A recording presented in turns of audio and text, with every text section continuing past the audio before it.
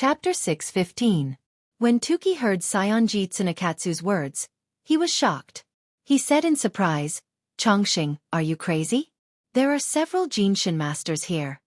Saionji Tsunekatsu smiled coldly and said, "When the enemy thinks they have won, it is the beginning of their failure. Do you think I don't know that there are Jinshin masters here? In a while, you will use the Shikigami to make a little noise nearby. As long as there is chaos, the auction house will definitely immediately put away all these auction items, and the cultivators here should not be allowed to follow them in. Go to the internet. 7K. Oath M. As long as this Medicine King tripod can get out of the sight of these cultivators, I have a way to get it away." Xueqi was stunned for a moment. He said worriedly, "But Chongqing, if you do this, will it cause mutual hatred and confrontation between the Chinese and Japanese cultivators?" Saionji Tsunekatsu turned his face ferocious. He stared at Xueqi coldly, suppressed his anger, and growled in a low voice, "Xueqi, come with me." Xueqi was frightened by Saionji Tsunekatsu's appearance and took a step back, but he quickly lowered his head and whispered, "Yes, Chongqing." Saionji Tsunekatsu took Xueqi to a bathroom. After he was sure that there was no one inside, he suddenly turned around, holding a vajra in one hand and a mantra finger in the other, and pushed it in front of Xueqi. Xueqi was about 1.75 meters tall, and he was not thin, but when he was pushed in the air by Saionji Tsunekatsu, his whole body suddenly flew up and hit the wall behind him. The tile wall was dented, and for a moment, the white tiles fell down. Saionji Tsunekatsu roared angrily, "You idiot! Since Li Yundong defeated Miss Tachibana Wakako, the two sides have been enemies. Now Masako Tachibana has been forced into a corner by the other sects of the New Meaning School and the Ancient Meaning School. She must defeat Li Yundong in public to save her face. Otherwise, we will kneel down in the hands of those idiots who changed the doctrine." Xueqi felt as though he was being pressed against the wall by an invisible hand. He was in so much pain that he could not speak. He could only speak intermittently. I understand. Lord Chongqing, quickly let me go. I will do as you say." Saionji Tsunekatsu retracted his hand slightly, and the anger on his face dissipated slightly. He snorted coldly and said, "If you know, hurry up and do it outside. Make some noise." As soon as Saionji Tsunekatsu finished speaking, he frowned and waved his fingers. The door of the bathroom closed automatically with a bang. Coincidentally, a man was rushing to the washroom, but he couldn't open the door no matter how hard he tried. Saionji Tsunekatsu stared at the door for a while. When he saw that the people who tried to enter the door had left and stopped trying to open the door, he turned his face and stared at Xueqi. Xueqi rubbed his chest. He did not dare to be negligent. He quickly took out a few talismans from his pocket. One hand was pinching his fingers, and the other hand was holding the talismans with his index and middle fingers. He put them across his chest and recited a spell in a low voice. As soon as he recited the spell, the two talismans burned with a bang.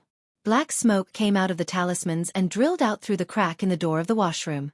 Just as Saionji Tsunekatsu and Xueqi were hiding in the washroom and plotting, Shenyu surrounded Shen Wankai like a fly and said, "Dad, the company doesn't have much liquidity now. Where can we get 700 million yuan? Dad, 700 million yuan to buy such a thing? It's okay if you buy it yourself. Why did you give it to an outsider? Dad, I'm talking to you. Please, I'm your son, your only son. Can you take a look at me?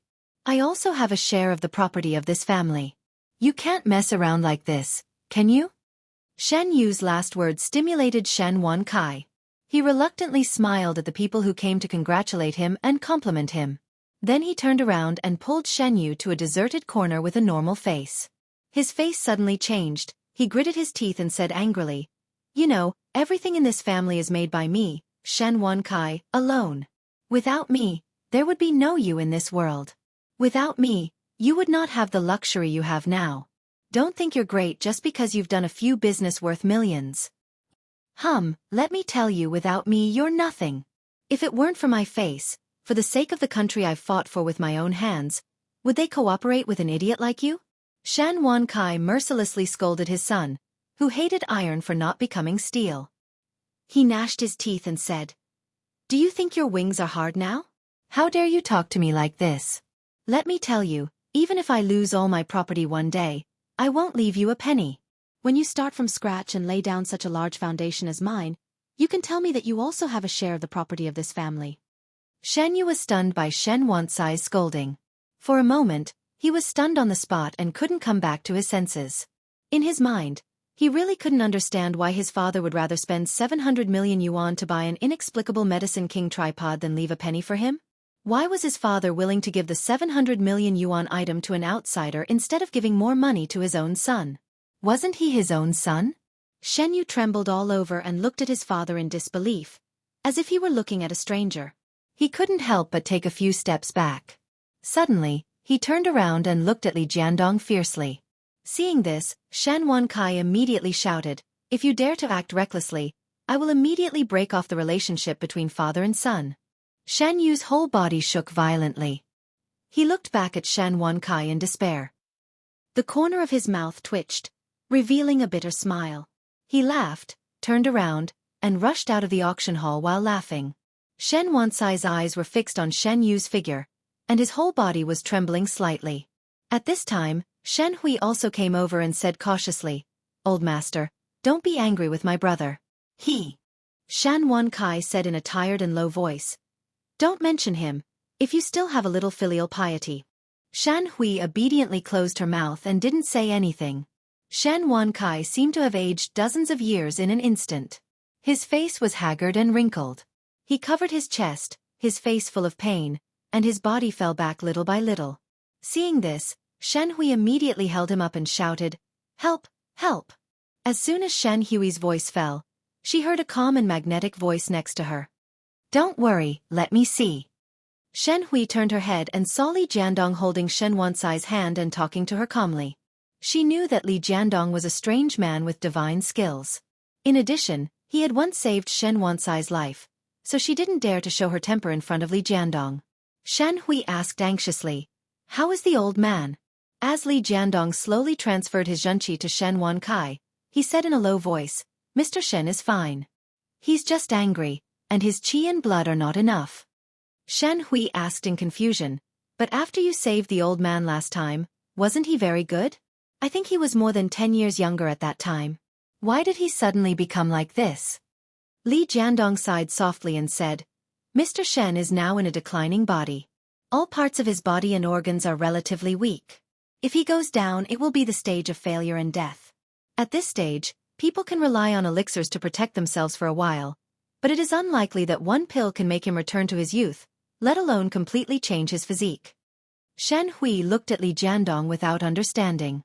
She remembered the magic of this boy, and then remembered that her father had spent a lot of money to buy the Medicine King tripod, and then wanted to give it to the boy in front of her. Suddenly, her heart moved, as if she had understood something, and there were a few clear lights in her eyes. Li Jiandong's zhenqi was pure and vigorous. After only a while, Shen Wancai's complexion was obviously better. He let out a long breath, smiled at Li Jiandong gratefully, and said, "Child Li, you saved my life again. I really don't know how to thank you." Li Jiandong smiled slightly and said, "It's nothing. You don't have to thank me. What's more, Mr. Shen took back the Medicine King tripod from the Japanese. I should be the one to thank." Shen Wancai held Li Jiandong's hand tightly and asked nervously, "Child Li, you haven't answered my presumptuous request just now." Li Jiandong thought for a while, sighed softly, and said, "Mr. Shen, your gift is too expensive. I can't accept it." Shen Wancai had experienced many vicissitudes of life and had rich experience. When he saw Li Jiandong's hesitation, he immediately understood. He sighed and said bitterly, "Child Li, you saw it just now. I only have one son. I expected him to become a talent and inherit my family business in the future. But I didn't expect. Alas, I can't help him." At this time, Shen Wancai also seemed to have put aside the knot in his heart. Regardless of the presence of Shen Hui, he said to Li Jiandong sincerely, "Child Li, I know that you must not be immortal. I also know that if I do this, you will definitely be unhappy in your heart. But I really have no choice. My only son is so useless. In the future, if the family business is handed over to him, how can I rest assured? I am already half a body in the ground. In the past, the only hope was that this son could become a talent, but now the only hope I have is that you, Child Li, can teach me the magic of immortals. Even if I can't live forever, I can at least live a few more years. Is such a request too much? When Shen Wankai spoke of his sadness, not only were his eyes full of tears, but Shen Hui also looked sad. She whispered comforting words to Shen Wankai while crying. Li Jiandong originally had a lot of unhappiness in his heart, but at this time, he couldn't help but dissipate a lot. He sighed softly, smiled slightly, and said, I understand. Let me think about it for 2 days, okay? 2 days later, I will definitely give you an answer. There was a hopeful look in Shen Wansai's eyes. He straightened his body slightly and said in a trembling voice, Child Li, I'll wait for your news. Li Jiandong smiled and was about to speak when he suddenly heard a loud bang coming from not far away, followed by a sharp scream. Murder, murder. At this time, some of the cultivators who had not left the auction house looked in the direction of the sound in surprise. Su Chan curiously approached Li Jiandong and whispered, Who is tired of living and making trouble here? As she said this, the little girl raised her head and blinked her eyes. Yundong, do you want to go and see what's going on? Li Jiandong smiled slightly. Okay. Just as he was about to continue speaking, he saw that the people of the auction house were all nervous. They asked the security guards to escort the Medicine King tripod to the backstage. At the same time, they shouted at Shen Wankai to let him go with them. Shen Wankai said to Li Jiandong, Child Li, why don't you go with me? Li Jiandong looked around and saw that the cultivators of all sects were looking at him intentionally or unintentionally. He knew that he was already in the teeth of the storm at this time, so he didn't want to be so ostentatious, so he said, No, if you are worried about safety, let Zi Yuan and Zhou Qin accompany you. With them here it will be fine. At this time, Ao Wushuang also said, Leader, you go. I'll help you keep an eye on it. It will be fine. Li Jiandong originally wanted Ao Wushuang to stay as well. At this time, seeing that she had taken the initiative to volunteer, he was immediately overjoyed and said, That's great. With Senior Ao Wushuang, I can rest assured. Chapter 616. Zi Yuan, Zhou Qin, and Ao Wushuang accompanied Shen Wankai to the inner hall of the auction house.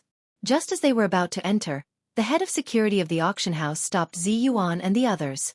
After looking Zi Yuan, Zhou Qin, and Ao Wushuang up and down, his eyes flashed with amazement. He turned to Shen Wankai and asked, May I ask who they are? Mr. Shen, only you can go in with us. Let's go. Although Shen Wankai didn't know who Ao Wushuang was, nor did he know what kind of ability Zhou Qin, the daughter of a noble family, had, he knew Zi Yuan's ability. Moreover, Li Jiandong valued Ao Wushuang so much that he had to speak up to protect her. He smiled and said, They are my protectors. Let them go in with us. The person in charge sneered in his heart and thought to himself, Do you think you are Gaddafi? Get a large group of beautiful bodyguards? I think they are your mistresses, right? He shook his head and said, No, Mr. Shen, only you can go in alone. Shen Wankai frowned secretly and looked a little unhappy. Just as he was about to speak, Zhou Qin asked, The Medicine King tripod is such an important thing. If it is lost or robbed, can you bear the responsibility? The person in charge sneered and said, Do you know what we used to do? If we can't control it, can you? Zhou Qin raised her eyebrows. Just as she was about to lose her temper, she suddenly heard a loud bang coming from the inner hall, followed by a few screams. The face of the head of security suddenly changed. He couldn't care less about Zhou Qin and the others. He turned around and rushed to the inner hall behind him. Zi Yuan and Zhou Qin looked at each other and quickly followed him in. As soon as the two of them rushed into the inner hall, they found several uniformed security guards sitting limply in the corner of the wall. It was unknown whether they were dead or alive. There was an obvious dent in the wall behind them. It was obvious that they had been thrown out like a sandbag and smashed against the wall. At this time, the Medicine King tripod was stored on a display stand, protected by a thick bulletproof glass cover. It was safe and sound. The head of security was about to breathe a sigh of relief when he suddenly heard a loud crash. The hard and thick glass cover instantly shattered, as if it had been slapped by an invisible hand. As soon as the glass cover was smashed, the Medicine King tripod floated up out of thin air. The head of security was shocked when he saw this. He pulled out the pistol from his waist and was about to shoot. But there was nothing in front of him. The Medicine King tripod was also floating in the air. Where was there anyone? Just as he was hesitating, he suddenly felt a strong gust of wind, as if he was pushed by a giant hand. Then, his whole body flew out and hit the wall with a loud bang. Then, his body softly fell to the ground. Xueqi's eyes widened and she shouted in a low voice, "Goddess Nyan Seal?" She quickly pulled out the Vulcan's whip wrapped around her waist and shook her wrist. The long whip made a loud sound of breaking through the air, and lashed in the direction of the Medicine King tripod. With a pop sound, the Vulcan's whip suddenly hit something. The tip of the Vulcan's whip instantly refracted a faint ripple, so that Xueqi and others could vaguely recognize that it was an invisible man about 2 meters tall. But as soon as Xueqi whipped him, the invisible man's figure disappeared in an instant, and he rushed towards the window with a howl. "Oh no, he's going to steal the Medicine King tripod." Ziyuan suddenly shouted, "Stop him!" A purple light flashed beside Ziyuan in an instant, and the ninth heaven Ziyuan silk instantly appeared in front of the invisible man like a big net. With a muffled sound, the ninth heaven Ziyuan silk seemed to have been hit heavily by a huge palm in an instant, forming a terrible claw print. Ziyuan saw that the hand was tightly wrapped by the ninth heaven Ziyuan silk, so it showed traces. The fingers of this hand were thick and long, and the nails were as sharp as bayonets. The muscles on the arm were even more bumpy, like a sack full of potatoes. It didn't look like a human arm at all. With a move of her mind, Ziyuan quickly controlled the ninth heaven Ziyuan silk to extend quickly, entangling the invisible humanoid monster. With a schwab sound, the Vulcan's whip in Xueqi's hand was also thrown out, and it tightly wrapped around his ankle. As soon as her Vulcan's whip was wrapped around, there was a burst of fire at one end of the Vulcan's whip with a bang, constantly burning the invisible monster. The monster seemed to know that he couldn't escape. He took a deep breath and roared in the direction of the glass window. "Howl!" The invisible monster's mouth fiercely emitted a shockwave. This loud roar suddenly shook the entire building. Shen Wankai was knocked out without saying a word. Although the glass window that bore the brunt of the impact was hard-tempered glass, it was shaken by the strong shockwave and immediately shattered with a crash. The invisible monster held the Medicine King cauldron in its other hand and threw it out. At the moment he threw it out, his upper body was completely entangled by the ninth heaven Ziyuan silk, and his lower body and ankles began to burn with raging fire. For a moment, the monster let out a terrible howl, and in the blink of an eye, it turned into a black smoke and disappeared. Ziyuan and Xueqi's faces changed greatly, and they said in unison, "Oh no, it's the Medicine King tripod." At the moment when the Medicine King tripod was thrown out, a figure flashed past them, and Ao Wushuang chased after it like lightning. In the blink of an eye, Ao Wushuang chased after the Medicine King tripod. She reached out to take it, but suddenly felt a terrible force coming from behind her. This force was not only fierce, but also full of powerful Buddhist power, which happened to restrain her demon power. She suddenly shivered and quickly dodged. Ao Wushuang's figure flashed, and a golden light immediately flashed in her original position. This golden light did not stop. In an instant, it passed through the Medicine King tripod and pulled it to the horizon. Ao Wushuang was furious. She gritted her teeth and was about to chase after it, but suddenly her heart moved, as if she had thought of something. For a moment, she couldn't help but hesitate. The battle between masters only lasted for an instant. As Ao Wushuang hesitated, the Medicine King tripod and the golden light instantly disappeared into the horizon. At this time, it was too late to chase after them. Ao Wushuang's eyes flickered as she looked in the direction where the Medicine King tripod had disappeared. She snorted coldly to herself, and her figure flashed and she instantly returned to the inner hall.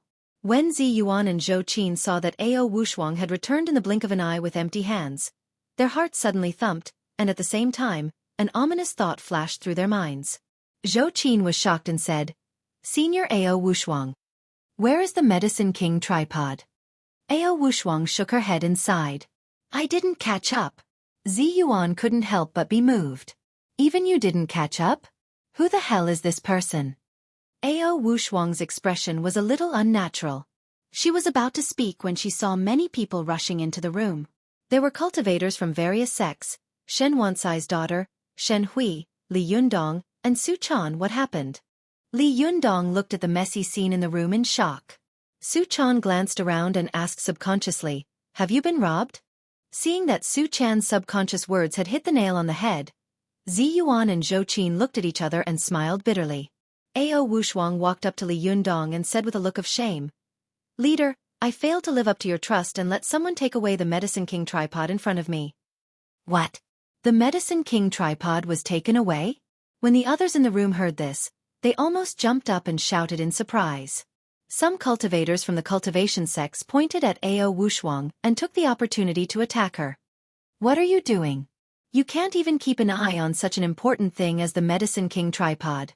Ao Wushuang, tell me, did you take it for yourself?" Ao Wushuang, were you instructed by Li Yundong? Ao Wushuang's face was as cold as frost, and the anger between her eyebrows was getting stronger and stronger. Just as she was about to lose her temper, Li Yundong suddenly turned his head and shouted angrily, "Shut up!" Although Li Yundong's voice was not very loud, it contained the power of a Buddhist staff. This was the second time yesterday. Chapter 6:17. Li Yundong frowned and turned around to take a look. This look was not angry, but it was powerful. The policeman's heart beat inexplicably, and he swallowed all the words he wanted to say. Zhou Qin had been entrusted by Li Yundong to take care of Shen Wankai, but Shen Wankai had been knocked unconscious under her nose, and the Medicine King tripod had been snatched away. She had nowhere to vent her anger. At this time, seeing that someone had come to provoke her, she immediately turned her head and shouted at the policeman, "If you have the ability, try to keep us here. Call your director here and see if he dares to say such a thing to me." The policeman was shocked by Zhou Qin's tone, but he soon became furious. He had been paid a lot of money to be responsible for the security of the auction, but he hadn't expected such a problem to occur. Now he was looking for someone to take the blame, but he hadn't expected that someone would come to his door and dare to fight against him. Just as he was about to act, a policeman immediately came over and whispered in his ear, "Hey, Captain Sun, it seems to be Governor Zhou's daughter. Don't mess around." Captain Sun was stunned and said in a low voice, "Governor Zhou's daughter? Zhou Kachang?" In China, if one wanted to be a qualified public official, or if one wanted to be promoted smoothly, it was necessary to know the names and positions of leaders at all levels and some of their immediate family members. They could have all kinds of misunderstandings and conflicts with ordinary people countless times, but they could never have a misunderstanding and conflict with their superiors. Because if they offended the people, no matter how serious the consequences were, they would at most be dismissed and transferred. After the situation calmed down, they could be quietly promoted back. But if they offended the leaders, they would never be able to get ahead in their lives. Captain Sun looked at Zhou Qin carefully and saw that the girl in front of him was full of heroic spirit. Her eyes were tough and domineering. It was obvious that she had been in a high position for a long time. No matter how good an actor was, he or she would not be able to put on such a show. Captain Sun's anger disappeared. He said with an apologetic smile, "It turns out to be Governor Zhou's daughter. I'm sorry. The flood rushed to the Dragon King Temple. Seeing that he had given in, Zhou Qin didn't want to pester him anymore. She snorted coldly and turned around to leave. But at this time, Zhang Ling and Zhou Ping also walked out. Zhou Ping sneered and said, "How impressive.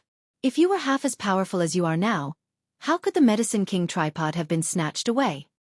Zhou Qin's face suddenly turned red. She was furious and wanted to refute, but on second thought, she realized that it was indeed the case. This proud and arrogant young lady was so angry that she couldn't speak. She stood rooted to the ground, her eyes filled with unwillingness and anger. Li Yundong glanced at Zhou Ping with a sullen face, then turned to Zhou Qin and said softly, "It's my fault. It's my mistake. It has nothing to do with you. This person can take away the Medicine King tripod under the eyes of you, Zi Yuan, and Senior Ao Wushuang, which means that this person must not be ordinary. And those who dare to snatch the Medicine King tripod in this situation must have an extremely deep background." As Li Yundong spoke, he glanced at Zhou Ping, intentionally or unintentionally. Zhou Ping suddenly jumped up like a rabbit whose tail had been stepped on and shouted, "What are you looking at? What do you mean?" Zhang Ling reached out to stop Zhou Ping. She snorted and said, "Zhenren Li, there's no need to say such meaningful words. Yes, in terms of strength and background, the most suspicious one here is indeed our Xueqi school, but our Xueqi school is righteous, stable, and has a clear conscience. This Medicine King tripod is the supreme powerful magical weapon of our Taoist school, and it is also a treasure left by our ancestors. As juniors, we don't cherish it, but we lose it. It doesn't seem good? In my opinion, every cultivation sect has the responsibility to find it back. What do you think? Li Yundong saw that Zhang Ling's words were dignified, but there was no mention of whether or not it would be returned to its original owner after it was found. Moreover, her subtext was, now that the Medicine King tripod has become an ownerless object, whoever gets it will naturally belong to whoever gets it. This sentence hit a deep trap. If Li Yundong followed Zhang Ling's words, he was afraid that he would immediately fall into the trap and suffer a great loss. But Li Yundong's mind moved, and he understood the key point. He smiled slightly and said in the same dignified manner, Zhenren Zhang, you're right. The Medicine King tripod is the supreme powerful magical weapon of our Taoist school, and everyone has the responsibility to find it back. But since the Medicine King tripod was lost under our noses, it should be found by us. What do you think? Zhang Ling saw that Li Yundong had easily resolved her words, which were full of traps and deep pits, and at the same time, kicked a ball over. There was a needle hidden in the silk floss, and there was a hidden meaning in his words. It was very difficult to deal with him. Zhang Ling stared at Li Yundong for a long time. Suddenly, she put on a fake smile and said, Zhenren Li, take care of yourself. Li Yundong also smiled and cupped his hands. Zhenren Zhang, goodbye. After that, he turned around and left with Su Chan, Zi Yuan, Zhou Qin, Ao Wushuang, and Chris. Zhang Ling stared at Li Yundong's back. After a long time, she sighed secretly and shook her head. Amazing, really amazing. Zhou Ping also looked in the direction in which Li Yundong and the others had left and sneered. Even the Medicine King tripod can't be guarded. What's so amazing about it? Zhang Ling shook her head and said, No, the other party is also a master. When masters fight, they must fight for the first opportunity. Whoever can seize the first opportunity will win. So this is not the fault of the battle. If it were us, we would also be trapped. Zhou Ping asked curiously, Master, what do you think about him? Zhang Ling looked at Li Yundong's figure that had gone far away and sighed. This Li Yundong came out of nowhere half a year ago. When he first made his debut, he was very young and inexperienced. When he talked to me just now, he already had some of the demeanor of a real leader. Hey, it's not surprising that he has such a cultivation quotient at such a young age. But what's surprising is that he reacted so quickly just now. He was able to perceive my intention so quickly and counterattack. For a young man of his age, it's really incredible and commendable that his words and actions are so watertight. Zhou Ping curled her lips disapprovingly. So what? Isn't he just a leader of a group of evildoers? Thousands of years later, the world will only know what our Zhengyi school is like. But who will know what Li Yundong is like? Zhang Ling chuckled and said meaningfully, You idiot! He is still the leader of the Fox Zen school. You should be happy. Zhou Ping was tongue-tied. Master, what do you mean? Zhang Ling said, No matter how powerful Li Yundong is, it's impossible for him to transform the Fox Zen school into a cultivation sect that can stand side by side with us. Because the Fox Zen school has been notorious for thousands of years, this is no longer something that can be reversed by individual strength. But if Li Yundong creates his own sect, hey, I dare say that he will definitely become a great master and become our great enemy. Although Zhou Ping had heard Zhang Ling's comments on Li Yundong more or less, this was the first time she had heard her master praise this cultivator who had a deep grudge against their Zhengyi school. Zhou Ping opened her mouth wide and wanted to refute, but she didn't know how to say it. After a long time, she snorted and said, Let's wait and see. After Li Yundong and the others returned to their home in Tiannan City, as soon as they entered the door, Li Yundong's face immediately fell. Someone had dared to steal the Medicine King tripod under his nose. This really made him feel like he had lost all face. When the little foxes at home saw Li Yundong and the others coming back, they also surrounded them curiously. They were about to chatter and ask about the auction, but they saw that Li Yundong's face was as dark as a dark cloud, as if thunder would break out at any time. All of a sudden, none of them dared to speak and hid to the side in a low voice. Zhou Qin, who was standing to one side, immediately bent her knees and was about to kneel down to admit her mistake. Li Yundong immediately stopped her with his hand and said in a deep voice, Zhou Qin, as I said, this matter is not your fault, but mine. As he said this, Li Yundong turned his face and said to Ao Wushuang, Senior Ao Wushuang, you said that you know who took the Medicine King tripod? Who is it? Ao Wushuang hesitated for a moment and said, I'm not sure, but according to my deduction, it's very likely that it's someone from Xinyan Tantrism. Someone from Xinyan Tantrism? Li Yundong was stunned. He quickly clapped his fists and said angrily, Yes, it must be them. I think it's very likely to be Saionji Tsunakatsu. Did they steal the Medicine King tripod to lure me to Japan? Zi Yuan also nodded slightly and said, It's very possible. From a logical point of view it makes sense. Moreover, before and after that, Saionji Tsunakatsu and Tuki were nowhere to be seen. Zhou Qin had been holding back her anger before, and at this time, she couldn't help but shout angrily, Master, let's go and burn this Mount Koya. Zi Yuan burst into laughter in horror and shook her head repeatedly. No. Zhou Qin, don't be impulsive. Mount Koya is not a place for fun.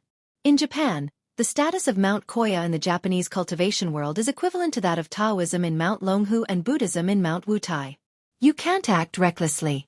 Otherwise you will go in standing and come out horizontally. Zhou Qin said angrily. Then are we just going to swallow this anger? As she said this, she turned to Chris and said, Chris, you judge.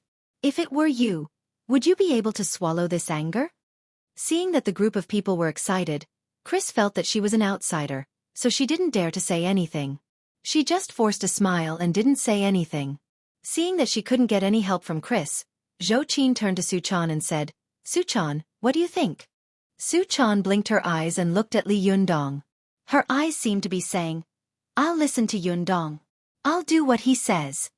At this time, everyone's eyes were on Li Yundong. Li Yundong's face was gloomy. Just as he was about to speak, he suddenly saw a letter slowly floating in from outside the balcony. Hey, there's a letter. Su Chan also quickly found it. She shouted curiously. The letter slowly floated down on the tea table in the living room as if someone was holding it. Everyone took a look and saw that the envelope was exactly the same as the challenge sent by Saionji Tsunakatsu last time. The paper was full of cherry blossoms. Zhou Qin walked to the tea table in 3 steps, picked up the envelope, and handed it to Li Yundong with a sneer. Master, I bet this must be another challenge. Li Yundong calmly took out the letter. After reading a few lines, he flew into a rage.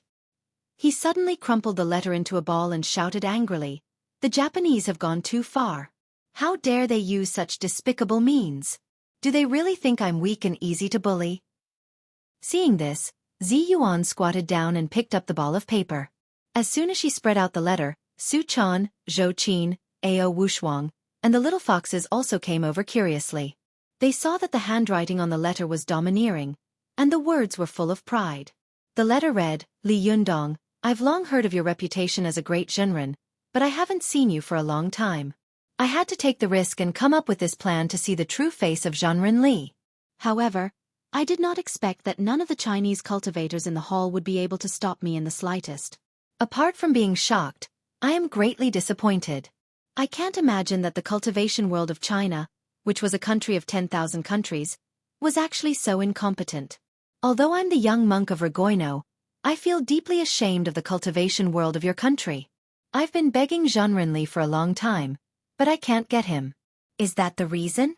If Zhenren Li feels that there is no hope of winning, you can say it frankly. Reputation is just a worldly possession. Why do you care? If Zhenren Li still has a bit of courage, you can go to Mount Koya in 7 days to retrieve the Medicine King tripod of your Chinese cultivation world. No matter who wins or loses, I will return the Medicine King tripod to Zhenren Li.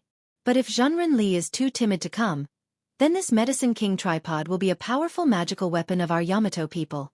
When everyone saw this, they immediately became angry and became bold. This was not a challenge, it was clearly a provocation. Chapter 6:18. Before Su Chan and Zhou Qin finished reading, they immediately shouted in anger. Su Chan said angrily, This Japanese guy is so arrogant. Yundong, you must teach them a good lesson. Zhou Qin was so angry that her 2 willowy eyebrows stood up. B****. It's too hateful. How dare he look down on me like this? Although Zi Yuan's eyes were full of anger, she quickly calmed down and said to Li Yundong, Li Yundong, this is a provocation. Li Yundong laughed angrily and said, Don't I know that this Japanese guy is provoking me?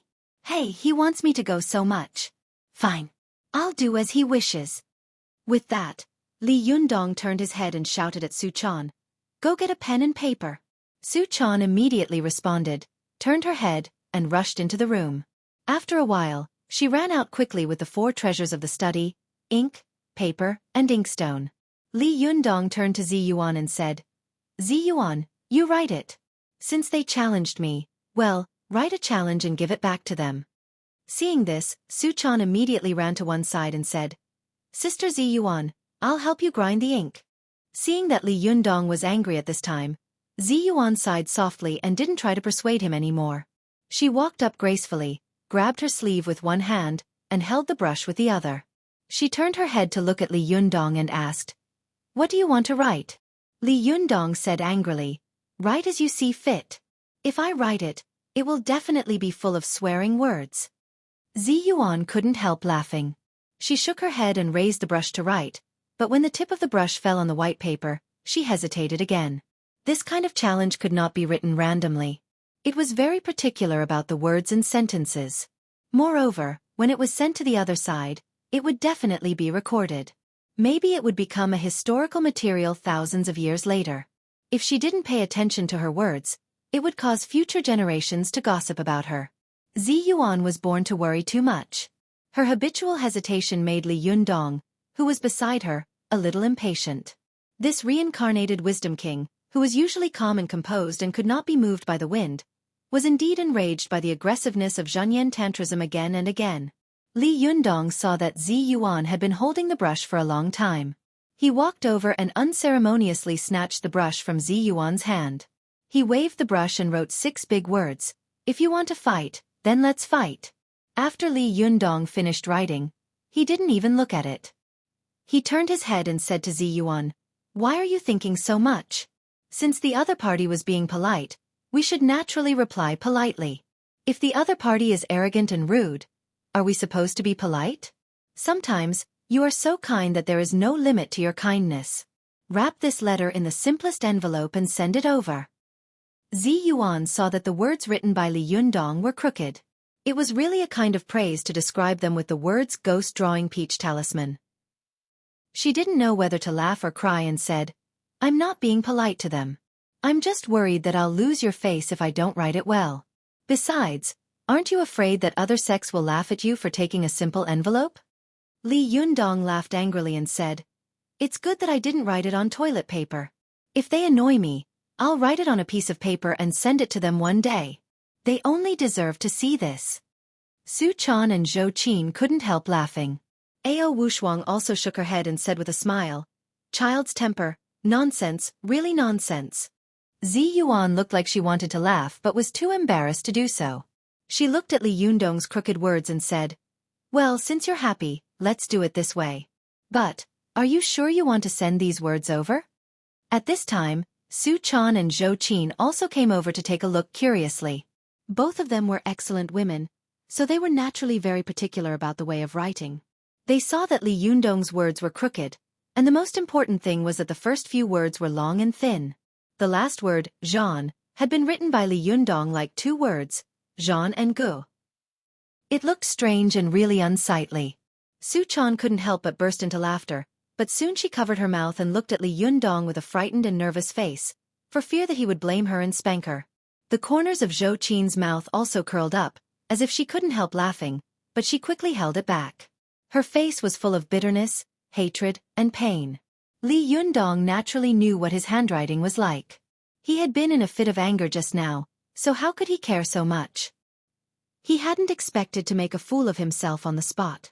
His face turned red and he glared at Zhou Qin. "What's with your expression?" Zhou Qin said with a sullen face, "Master, these words of yours are so well written. They really reveal their true feelings from the bottom of their hearts. When people see them, they feel a wave of anger rushing towards them." Li Yundong was so angry that he laughed. "Bullshit, bullshit. Are you praising me or scolding me?" At this time, Su Chan, who had been holding back her laughter, finally couldn't help it. She burst out laughing, which immediately made Li Yundong glare at her. "Your words are beautiful. You write it." Su Chan quickly shook her hands vigorously.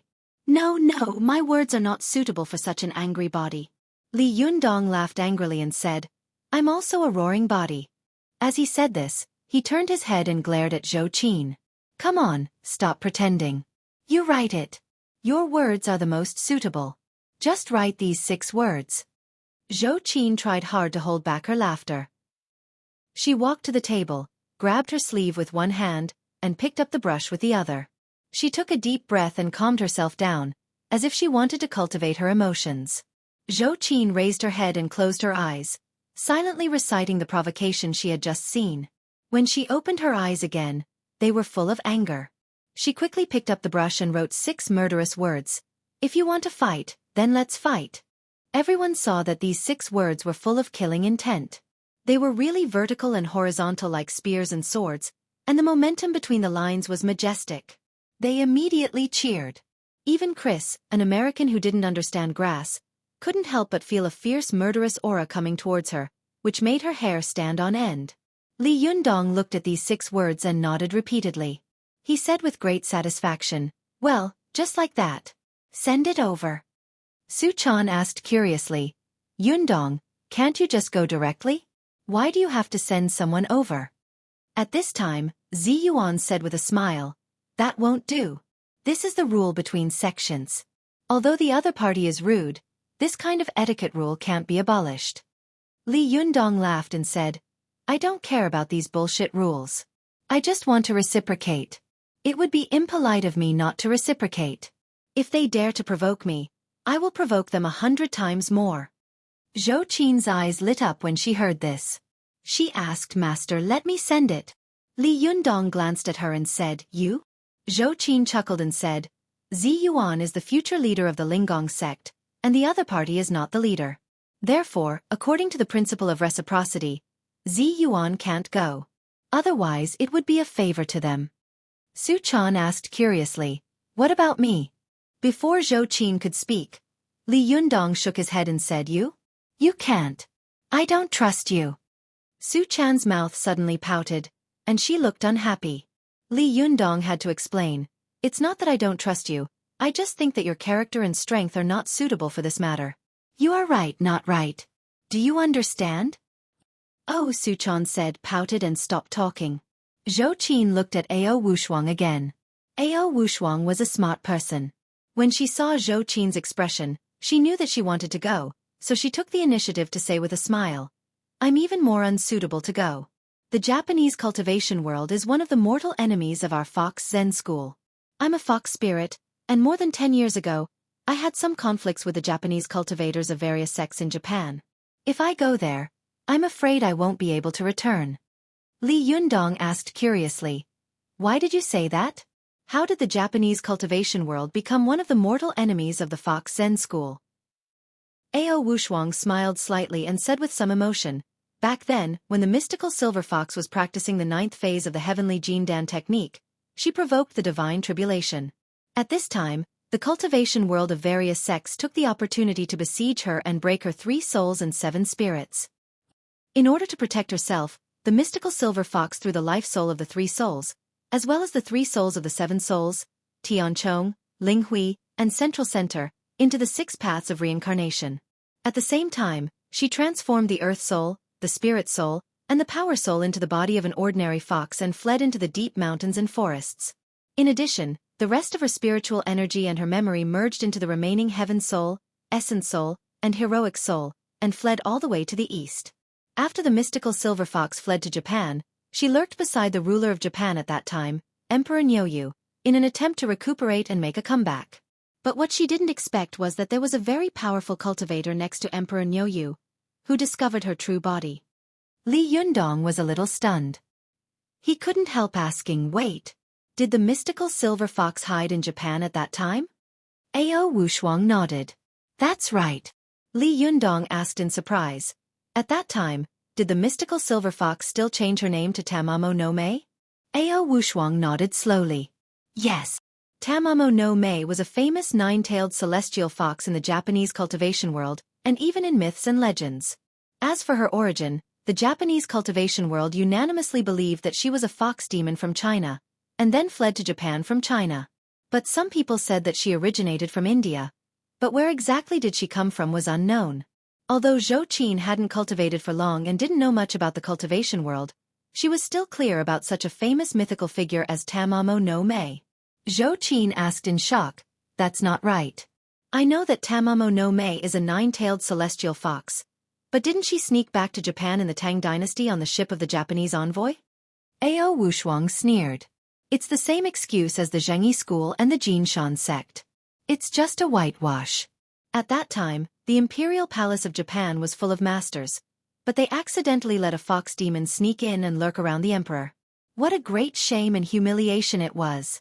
If it weren't for the serious illness of the Emperor of Bird Feather at that time, which made others suspicious, they wouldn't have been able to find the location of the mystical silver fox in another 100 years. Xueqi said strangely, "But that's not right. The mystical silver fox followed Ji Bei into the imperial palace. Isn't that shameful?" Ao Wushuang said with a smile. At that time, the envoys of the Tang dynasty were extremely respected people. Whether it was Ji Bei or the famous Abe Nakamaro in history, they would be greatly respected when they returned to their country. They had the special treatment of not kneeling when they saw the emperor and not being polite when they saw the princes. At that time, Japan's desire and worship for the culture of the Tang dynasty were crazy and unreasonable. The Japanese once thought that as long as it came from the Tang dynasty, it must be good. Therefore, the people around these envoys of the Tang dynasty would not be investigated. Besides, at that time, the envoys of the Tang dynasty brought back many cultivation magic arts from various sects in the cultivation world of the Tang dynasty. Even if the Japanese cultivators saw them at that time, they would respect them. How could they doubt them? Therefore, if the mystical silver fox really wanted to follow them into the imperial palace, it would be a piece of cake. As Ao Wushuang said this, he sneered and said, "It's a pity that their excuse is decent, but for the discerning people in the cultivation world, it's full of loopholes." Ji Bei returned to China during the period of Emperor Xuanzong of the Tang dynasty, but in that period, our Fox Zen school had not yet been established. Guangong fought Qin Qiong. Humph, what a joke! Only then did Xueqi understand. "I see. The one who appeared the mystical silver fox. Is it Abe Yasuo?" Ao Wushuang's face suddenly darkened. "Yes. The Abe family is the sworn enemy of our Fox Zen school." At that time, it was the Yin-Yang master Abe Taiching who sealed the soul and spirit of the mystical silver fox in a huge rock. As she said this, Ao Wushuang turned to Li Yundong and said very seriously, "Leader, if you really go to Mount Koya, you must pay attention to the Yin-Yang master of the Abe family. This is one of the oldest cultivation families in the Japanese cultivation world. It is extremely powerful. You must be careful." Li Yundong laughed and said, "Yin-Yang master?" Their Yin-Yang skills were passed down from the 100 schools of thought in the spring and autumn warring states period. "I'd like to meet them if I have the chance." As Li Yundong said this, he turned to Xueqi and said, "Now it seems that it's indeed the best for you to go. But you have to be careful. Try not to mention our Fox Zen school and pick on their shortcomings. Of course, it's best to put down the letter and leave. There's no need to talk nonsense with them. It's useless to talk to them. If you talk too much, they will think you're afraid. I think the best way to deal with them is still the same word. Fight." Seeing that Li Yundong had agreed to go to Mount Koya, Xueqi was overjoyed. She nodded heavily and said, "Master, don't worry. I won't let you down." After that, she sneered in her heart and said, "Japanese, just wait and see. My master is magnanimous and won't let me scold people. Humph, I don't have such a good temper. If I don't scold you, I'll take your surname." I suddenly remembered that in chapter 614, a friend pointed out that there was a bug in it. Rongwa didn't buy the ivory Arhut Tower, but I made a mistake at that time and wrote that he had bought the ivory tower. Later, after being pointed out by a friend, I have changed it. I hereby sincerely apologize to all of you. I will pay more attention to it in the future.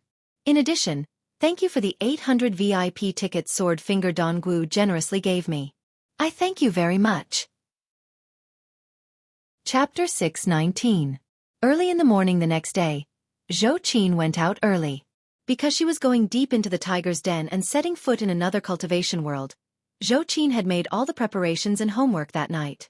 For her safety, Li Jiandong gave the colorful brocade bag and the lyoha to Xueqi and asked her to take them with her. Bubble. Book.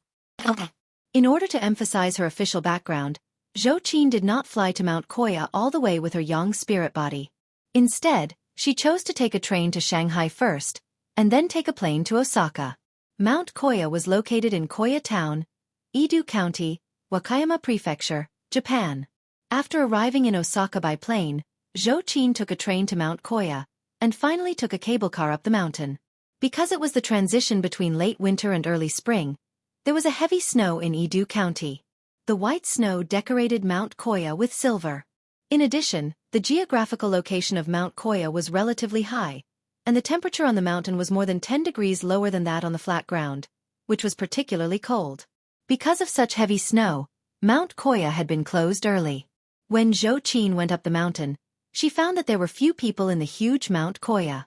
Only a few monks in brown monk robes and yellow bamboo hats were walking slowly at the foot of Mount Koya. Xueqi looked at them and saw that these people were holding heavy vajra pestles. Although the weather was cold, they were all barefoot and wearing straw sandals, walking in the snow. The vajra in the hands of these monks was surprisingly long, about 1.6 meters high. There was a copper ring hanging on one end of the vajra. Every time the monk took a step, the copper ring on the vajra would make a fixed crisp sound. This sound echoed in the empty and gloomy Mount Koya, which was particularly ethereal and mysterious. These monks were like monks patrolling the mountain. When they saw Xueqi at a glance, they walked straight over. The leading monk formed a palm with one hand, saluted, and said a few words in Japanese. Xueqi's English was excellent, but she couldn't understand Japanese. She looked reserved and said in Chinese with a hint of sarcasm, "I have something to ask your Lord Masako Tachibana." The leading monk was stunned for a moment, as if he hadn't expected that the woman in front of him was not a Japanese. He turned his head and glanced at a monk behind him. Then, a monk looked at Xueqi strangely. He stepped forward, leaning on the vajra pestle in one hand and saluted with the other. He said in standard Chinese, "Benefactor, I think you are mistaken. There is no Masako Tachibana here. Moreover, everyone is equal in front of Buddha. How can there be such a thing as an adult or a lowly person?" Japanese Buddhism originated in China and was deeply influenced by Chinese Buddhism. Most of the scriptures collected in many Japanese temples were original works in Chinese, and some of them even had bilingual translations in Chinese and Japanese. In the past, if one wanted to become a real eminent monk in Japan, it was impossible not to know Chinese. In addition, Mount Koya was a famous tourist attraction.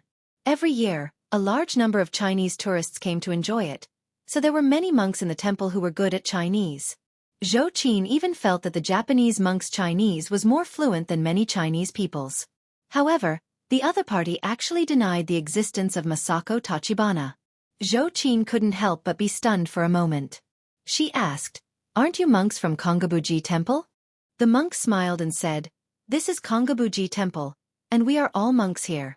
But today, because of the heavy snow, Mount Koya has been closed. If you want to go sightseeing, I'm afraid you will be disappointed today." Only then did Xueqi understand that because she had restrained her chi all the way here, the other party had regarded her as an ordinary person, so he wanted to ask her to leave. Xueqi smiled slightly. She glanced at the vajra pestle in the monk's hand and said, "How long is the vajra pestle in your hand? 16 fingers? 20 fingers? One end of your vajra pestle is in the shape of a ring drum, and the other end is in the shape of a triangular point. In the middle of the vajra pestle, there are 3 Buddha statues as handles. One Buddha statue is smiling, one is angry, and the other is scolding. Hey, if I'm not mistaken, this should be the vajra pestle that is specially used to subdue demons and defend the Tao, right?" The monk looked surprised. He looked at Xueqi carefully and asked in confusion, "How do you know this?" Xueqi laughed. She touched her waist with her hand, and a silver light flashed quickly in front of her.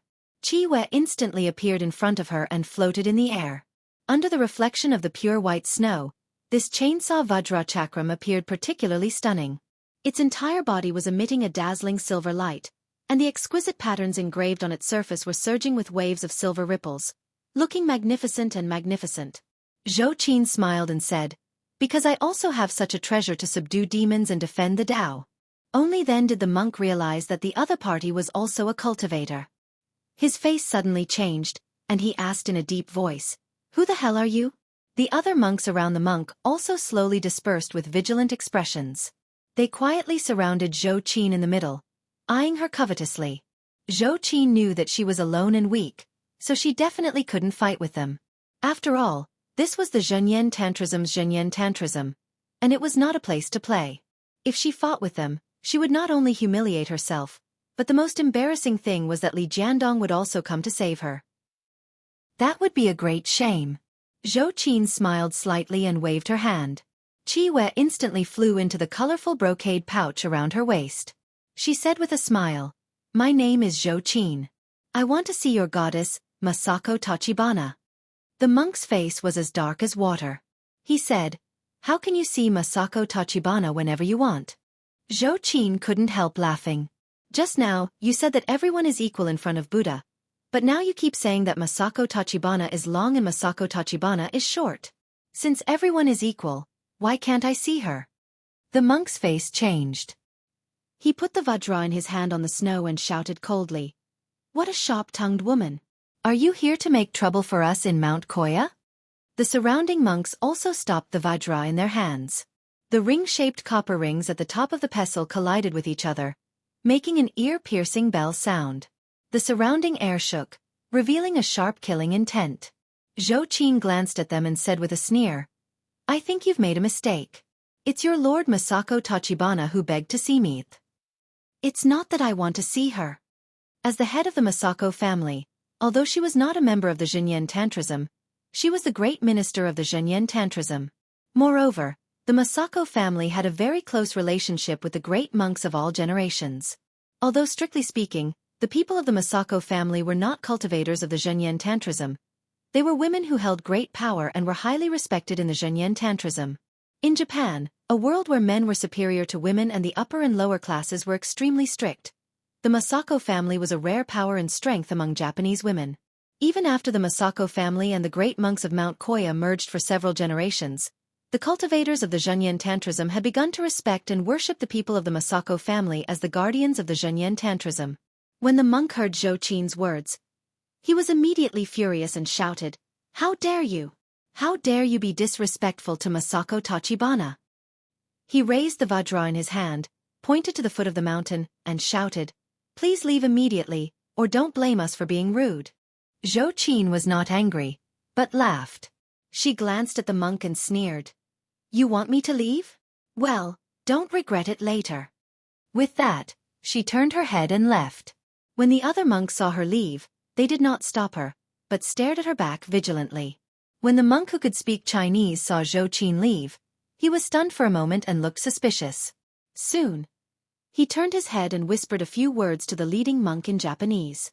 The leading monk thought for a moment. He whispered a few words to the monk who could speak Chinese. Soon, the monk who could speak Chinese shouted at Xueqi's figure, "Please wait a minute." Xueqi turned her face and sneered, "What's wrong?" The monk walked up to Xueqi and bowed, saying, "If you are really the guest of Masako Tachibana, please tell me your name." Xueqi smiled and turned around. "Go and tell Masako Tachibana that Li Jiandong, whom she wants to see, is here." The monk's face became more and more confused, but he did not dare to be careless. He turned around and whispered a few words to the leading monk, then quickly ran to the Kongabuji temple on the mountain. Xueqi stood in the snow. After waiting for about 10 minutes, the monk rushed all the way over. He formed a palm with one hand, bowed respectfully, and said, "It turns out to be Zhenren Li. Please come in, come in." Xueqi saw that they thought of her as Li Jiandong, but she didn't say anything. She smiled and walked inside. After taking a few steps, she came to the entrance of Kongabuji Temple. There were yellow shrines in front of the gates on both sides, and there was a wooden bucket filled with water in the shrine. Xueqi walked up the stone steps at the entrance, only to see ancient trees towering into the sky on both sides. The shade of the trees was dense, as if she had entered another world. What surprised her most was that wherever she went, the two sides of the stone steps would automatically light up with a white light, like countless white paper lanterns hanging in the forest.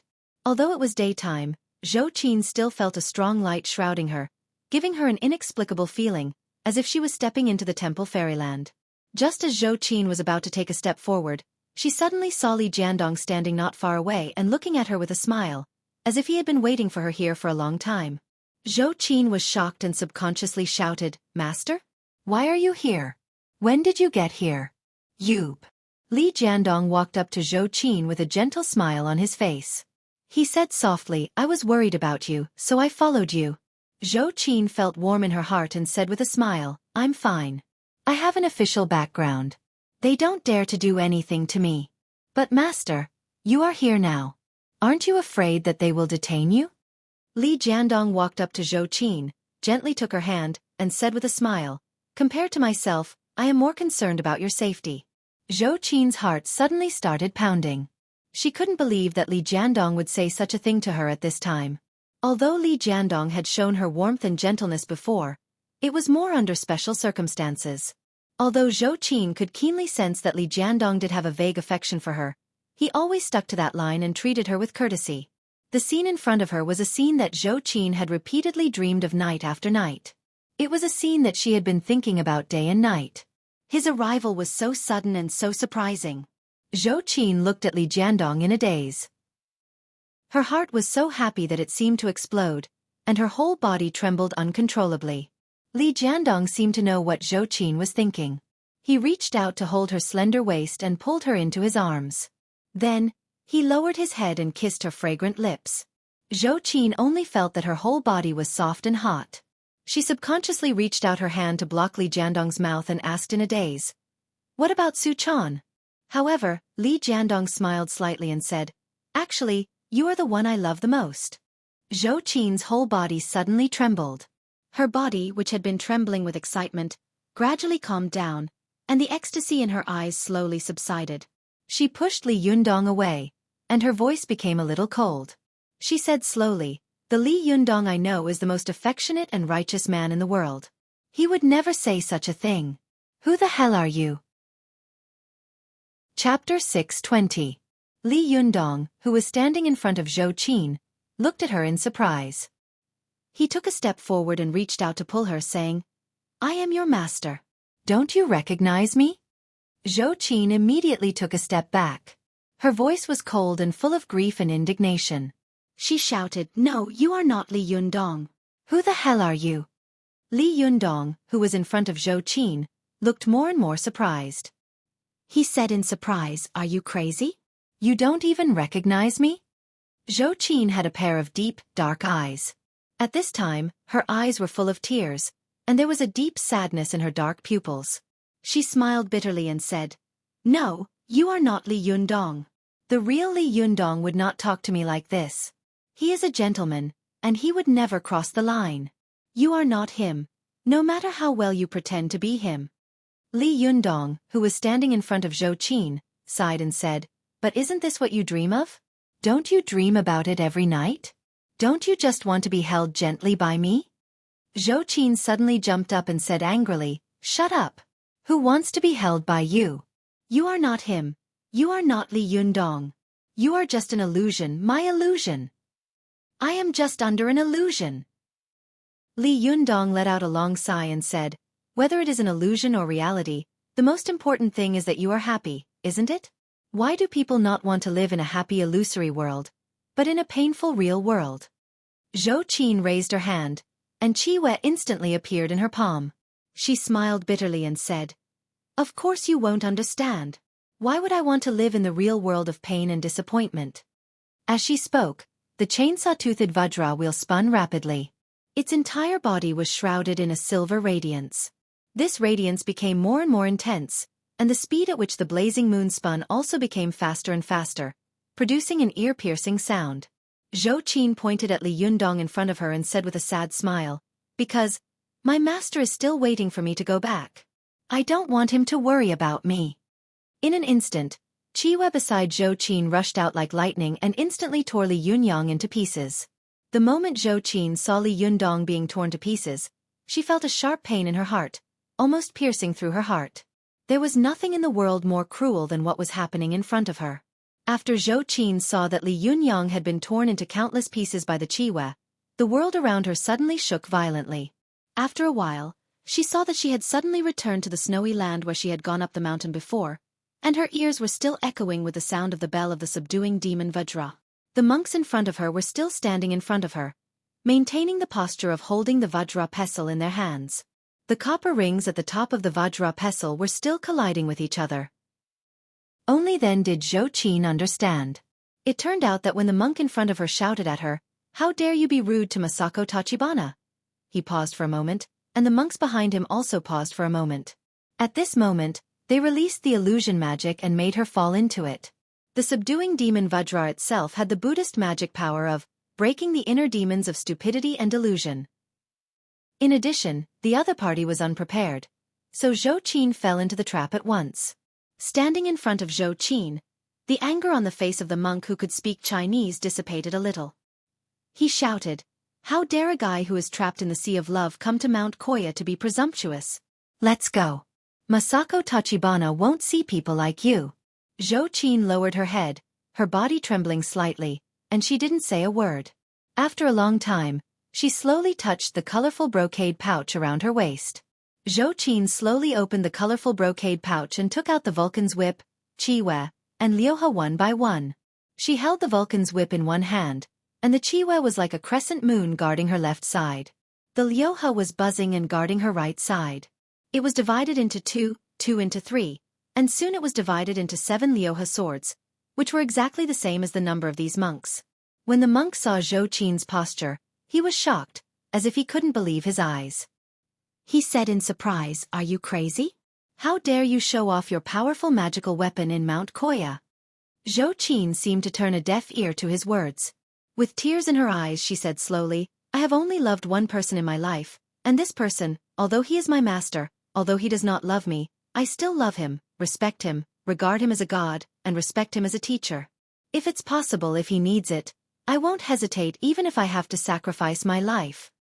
The Vulcan's whip in Xueqi's hand began to burn with a blazing flame from the handle of the whip, which continued to spread to the tip of the whip. She choked and said, "But you forced me to kill the person I love with my own hands. Although it was just an illusion, although it was just a dream. But you forced me to destroy the most beautiful thing in my heart. You forced me to kill my master. You look for him. Die. Really?" Xueqi suddenly raised her head, and her eyes were full of crazy anger. Her voice instantly became extremely angry and fierce. She swung the Vulcan's whip in her hand and smashed it heavily toward the monk in front of her. The monk saw that the Vulcan's whip was in front of him in the blink of an eye. It was so ferocious that it seemed to tear space and time apart. It produced a powerful suction force that almost made him unable to move. He took a deep breath and held the devil-subduing Vajra in his hand horizontally. Just as he was about to protect himself, a silver light suddenly flashed in front of him.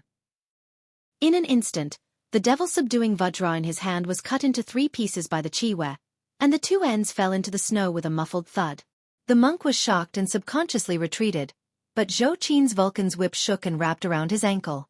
Xueqi shook her wrist and threw him into the air like a sandbag. Xueqi's eyes were full of fire.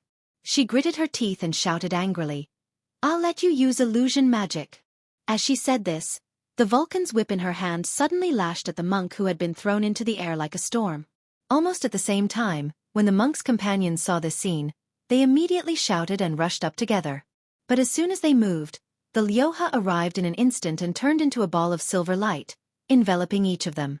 Without help, the monk who had been thrown into the air by Xueqi was instantly set on fire by the Vulcan's whip and turned into a burning fireball. After Xueqi slapped the monk fiercely, she threw him to the ground like a ragbag and then went to find trouble with the others. The other monks saw that every part of their companion's skin was unscathed by Xueqi. Although the flames all over his body had been extinguished after falling into the snow, he was now covered in smoke and motionless. No one knew whether he was dead or alive. The monk's cultivation was considered top-notch among them, but in the blink of an eye, he had been beaten to death by Xueqi. They were so shocked that they retreated one after another. One of the monks shouted in Japanese in panic, "Someone is breaking into the mountain. Someone is breaking into the mountain." Xueqi saw them shouting and scattering like birds and beasts. For a moment, she didn't know which one to chase. She angrily and unwillingly whipped the monk who had fallen to the ground again and spat fiercely. "That's what you get for using illusions." Xueqi's whip seemed to have brought the monk back to life again. He immediately let out a miserable howl, which echoed in Mount Koya for a while, arousing a flock of mountain birds. Then, there was a loud bell ringing in Mount Koya. A monk in a bright yellow robe and a bamboo hat stood at the entrance of Mount Koya and shouted in a dignified voice in Japanese, "Who dares to offend Mount Koya? Tell me your name." As soon as he finished speaking, Xueqi rushed in front of him like a bolt of lightning and shouted angrily, "A good dog doesn't stand in the way. Get out of my way." After that, the Vulcan's whip smashed the air and blasted in front of his face. The monk was shocked and subconsciously shrank his head. His bamboo hat was immediately blown away by the Vulcan's whip. It burned in mid-air and instantly turned into ashes. Xueqi kicked the monk and sent him flying. She didn't stop at all. She quickly went up the stone steps and rushed toward Mount Koya. Xueqi ran all the way up the mountain, but before she could run 200 meters, she saw many monks in monk robes rushing out of the mountain. Some of them were holding six-fingered vajra pestles in their hands. They were pinching their fingers and chanting scriptures, blocking her way like a solid wall. Xueqi's eyes swept quickly and she sneered, "A bunch of idiots. Do I have to climb the stairs?" With a flick of the long whip in her hand, she threw it on the trunk of an ancient fir tree. She pulled hard with her hand, and her whole body flew up. In the blink of an eye, she rushed into the jungle. After Xueqi left the stone steps of the mountain road, her speed became even faster. Her body was like a spirit monkey. With a few leaps and jumps, she rushed to an extremely tall pagoda in Kongabuji Temple. At a glance, Xueqi saw that the red pagoda was 48 meters high and surrounded by 16 pillars. Each pillar was painted with a bodhisattva statue, symbolizing the gods of the esoteric mandala world. Xueqi knew that this was the fundamental tower of Kongabuji Temple, one of the core places of Mount Koya. She had already gone deep into the hinterland of Mount Koya. As soon as Xueqi landed at the foot of the tower, countless monks came like a tide. These monks roared at Xueqi angrily, like a fierce torrent. Although Xueqi had entered the primary phase of Jinshin, she did not dare to get entangled with so many people. Moreover, she did not know which of them had Yang spirit bodies and which of them had Jinshin bodies.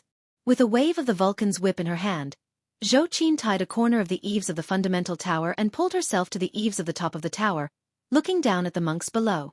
Although some of these monks could fly, none of them dared to think that Xueqi would be so disrespectful. Therefore, they all pointed at Xueqi angrily and scolded her, or quickly chanted incantations and cast magic. At this time, a monk in a purple cassock slowly walked out from under the big tower. The monk's face was full of wrinkles, and he glared at Xueqi angrily. He quickly pinched a few fingers and recited a few very short and fast incantations. In an instant, Xueqi saw that the bodhisattva statues painted on the fundamental tower had all come to life. One by one, they pounced on her with angry eyes. Chapter 621. Xueqi saw that bodhisattvas and arhats quickly appeared on the tower one after another. These bodhisattva statues were surrounded by golden Buddhist power. Each of them was like a god, mighty and unstoppable. Under the tower was a sea of monks from Mount Koya. She was shocked and didn't even have the idea of fighting head-on. A thought flashed through her mind quickly. "I've poked the hornet's nest." Under the tower, a monk in a purple cassock with two gray eyebrows shouted angrily at Xueqi in Chinese, "How dare you? Surrender now." However, Xueqi was stubborn and unwilling to admit defeat. Xueqi gritted her teeth, and the chainsaw vajra wheel beside her crazily chopped at a statue in front of her. At the same time, the lyoha beside her began to split crazily. In the blink of an eye, it split into countless lyoha swords. The Bahuang and lyoha swords were extremely powerful Taoist magic treasures. The Bahuang sword was best at one-on-one combat. Under the rotating iron lotus throne, it was almost invincible. The mother sword, the lyoha sword, was best at one-on-one combat. The more people there were, the more powerful it was. Yen Fong had once held the lyoha sword and fought against many people on Mount Gazao alone. She had beaten everyone to a pulp. At that time, she was only at the top level of Yang spirit. Now, the lyoha sword was already Li Yundong's personal powerful magical weapon. Li Yundong had also entered the Jinshin phase, so the power of his personal powerful magical weapon had naturally risen. Therefore, although it was lent to Xueqi, the lyoha sword was really a little terrifying in front of the vast sea of people. Although Mount Koya was the main mountain of Zhenyan Tantrism, With a large number of cultivators and a deep foundation, not every cultivator was a master. There were even many monks among them who had not even reached the Xueqi phase. However, these monks who had not reached the Xueqi phase had to face the Liuhe sword, which was equivalent to the Jinshin phase. When the flying sword fell, they immediately cried for their parents. Xueqi saw that the Liuhe sword was divided, and there were immediately saber lights and sword shadows everywhere on the field. The bottom of the tower seemed to have become a sea of swords in an instant. Almost every monk was fighting with the Liuhe sword. Although some of the monks were so strong that they could definitely defeat the Liuhe in a one-on-one fight, because many monks were not strong enough, they had to divide their energy to protect them. Therefore, the two sides were in a deadlock. For a time, the field became a mess of thin porridge, and it was a mess. When the monk in the purple kasaya saw this scene, he was so angry that he blew his beard and glared at them. He shouted in Japanese, "Get into formation!" When these monks with lower cultivation heard his shout, they quickly gathered together. Some were sitting, some were standing, and some were pinching their fingers as they chanted scriptures loudly. In an instant, a glittering magic array appeared around them. The magic array was surrounded by glittering Sanskrit characters, and the chanting of the monks shook the heavens and the earth, bringing with it a huge pressure like a landslide or tsunami.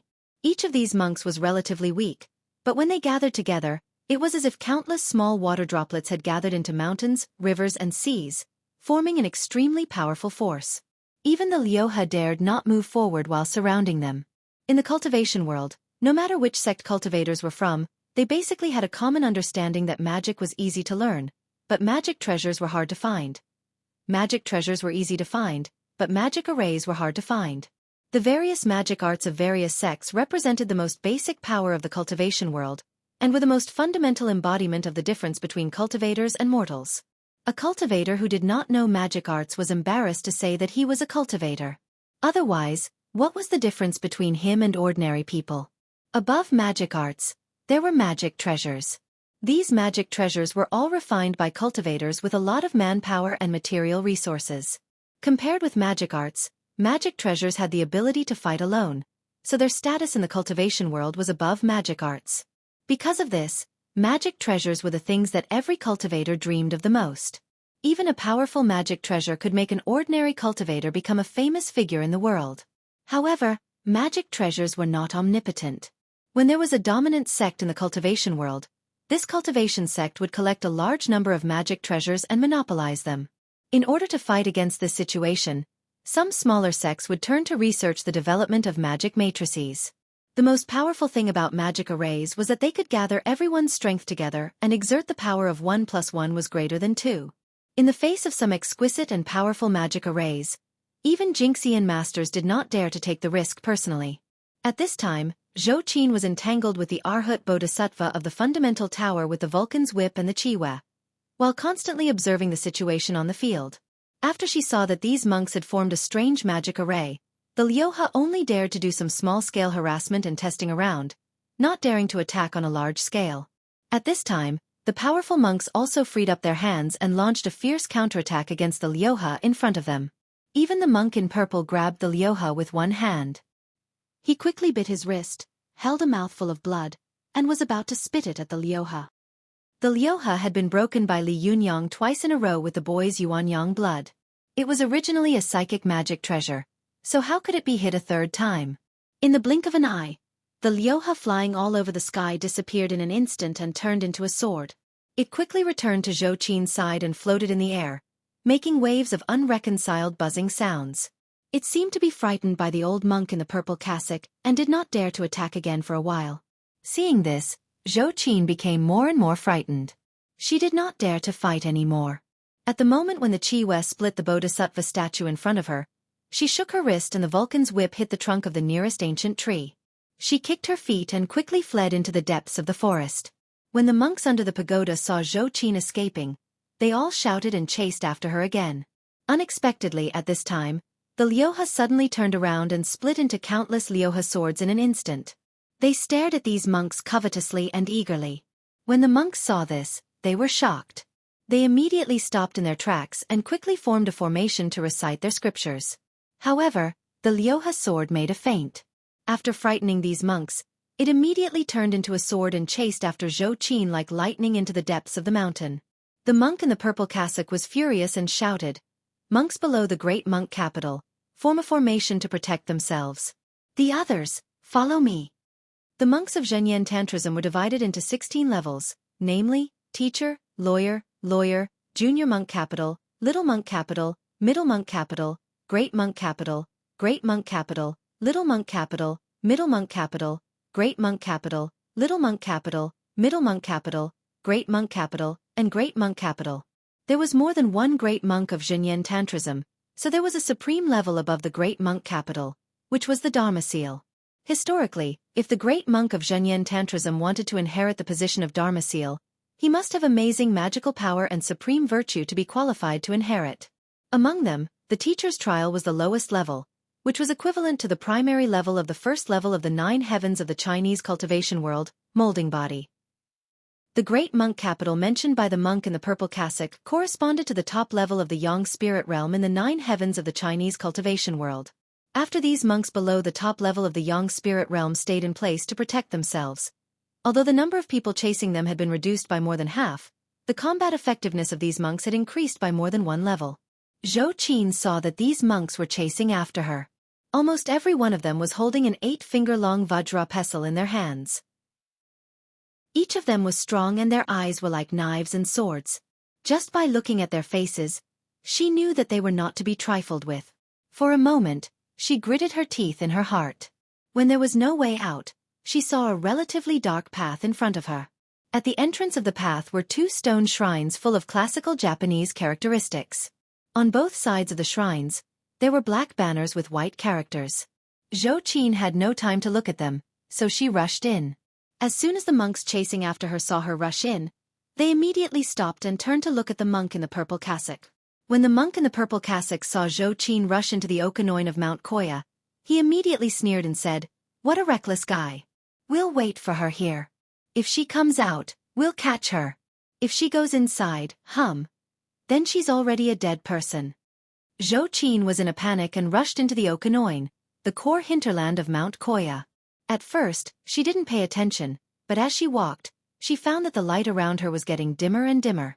Looking around, she saw that there were towering trees everywhere, and almost every one of them was a 1,000-year-old ancient fir tree that could only be embraced by several people. These ancient fir trees covered the place called Rigoino, which was respected by the Japanese cultivation world. The deeper they went, the less light could come in, as if this place had become another world isolated from the world.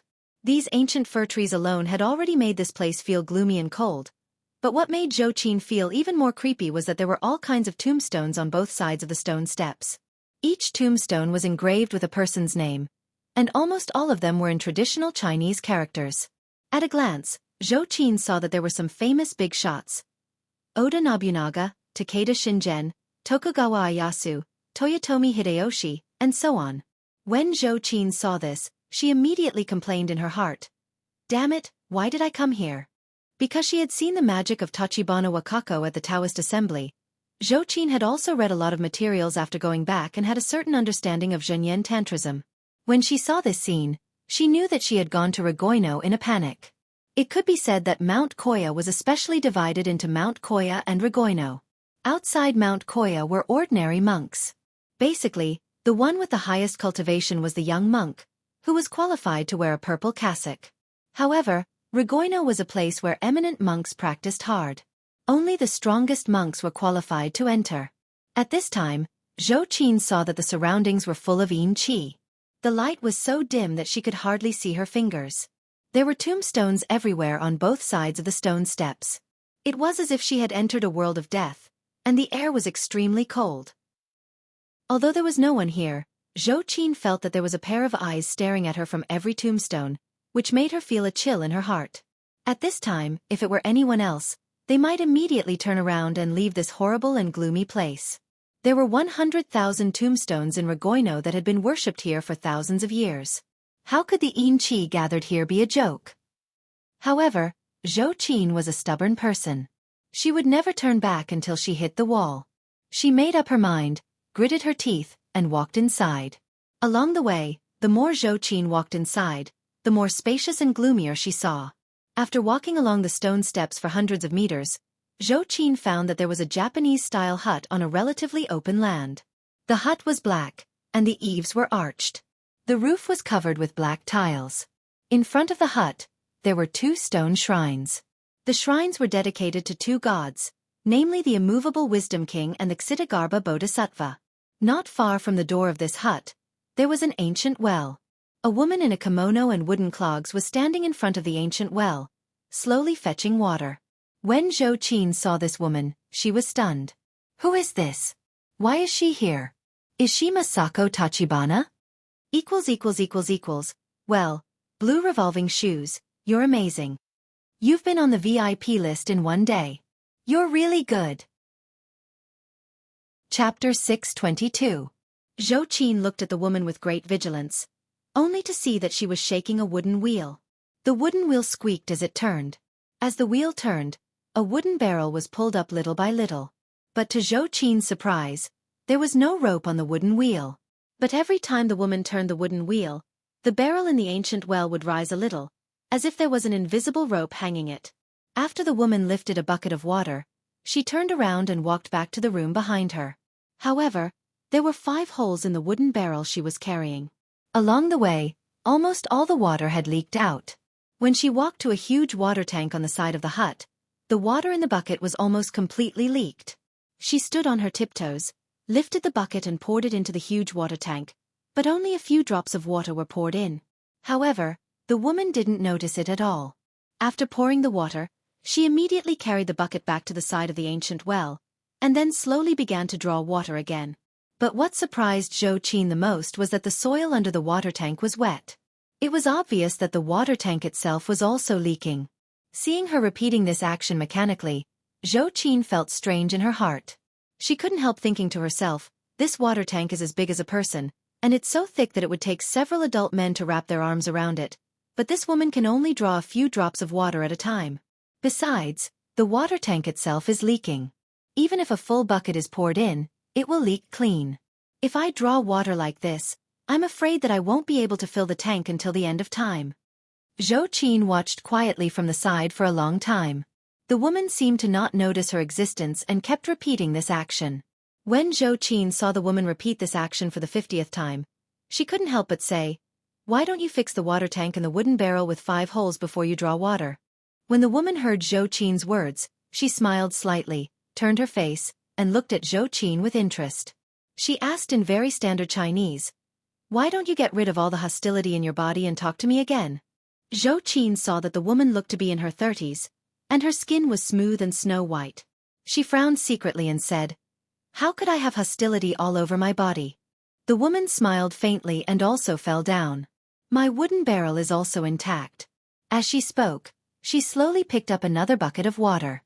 This wooden bucket was still leaking heavily. As she walked, the water leaked out completely. Xueqi pointed to the water stain under her feet and said, "Look, is it leaking?" The woman also pointed in the direction of Xueqi and said with a smile, "Look, aren't you full of hostility?" Xueqi was surprised and said unhappily, "I'm kind enough to remind you, but you're playing tricks with me. Do you think I don't understand what you're saying? If the monks at the foot of the mountain hadn't offended me first, why would I be so angry?" The woman smiled and said, "You're right. Everything has a cause and effect. But have you ever thought about why I'm constantly fetching water here?" Xueqi frowned and asked, "Did you make a mistake and get punished?"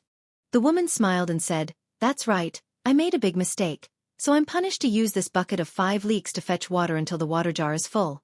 Xueqi said with some sympathy, "Ah, I thought you were Masako Tachibana, but I didn't expect that you weren't. Were you punished by Masako Tachibana to fetch water here?" The woman laughed and said, "Yes, you're so smart. You guessed it right." Xueqi saw that the woman was kind and polite.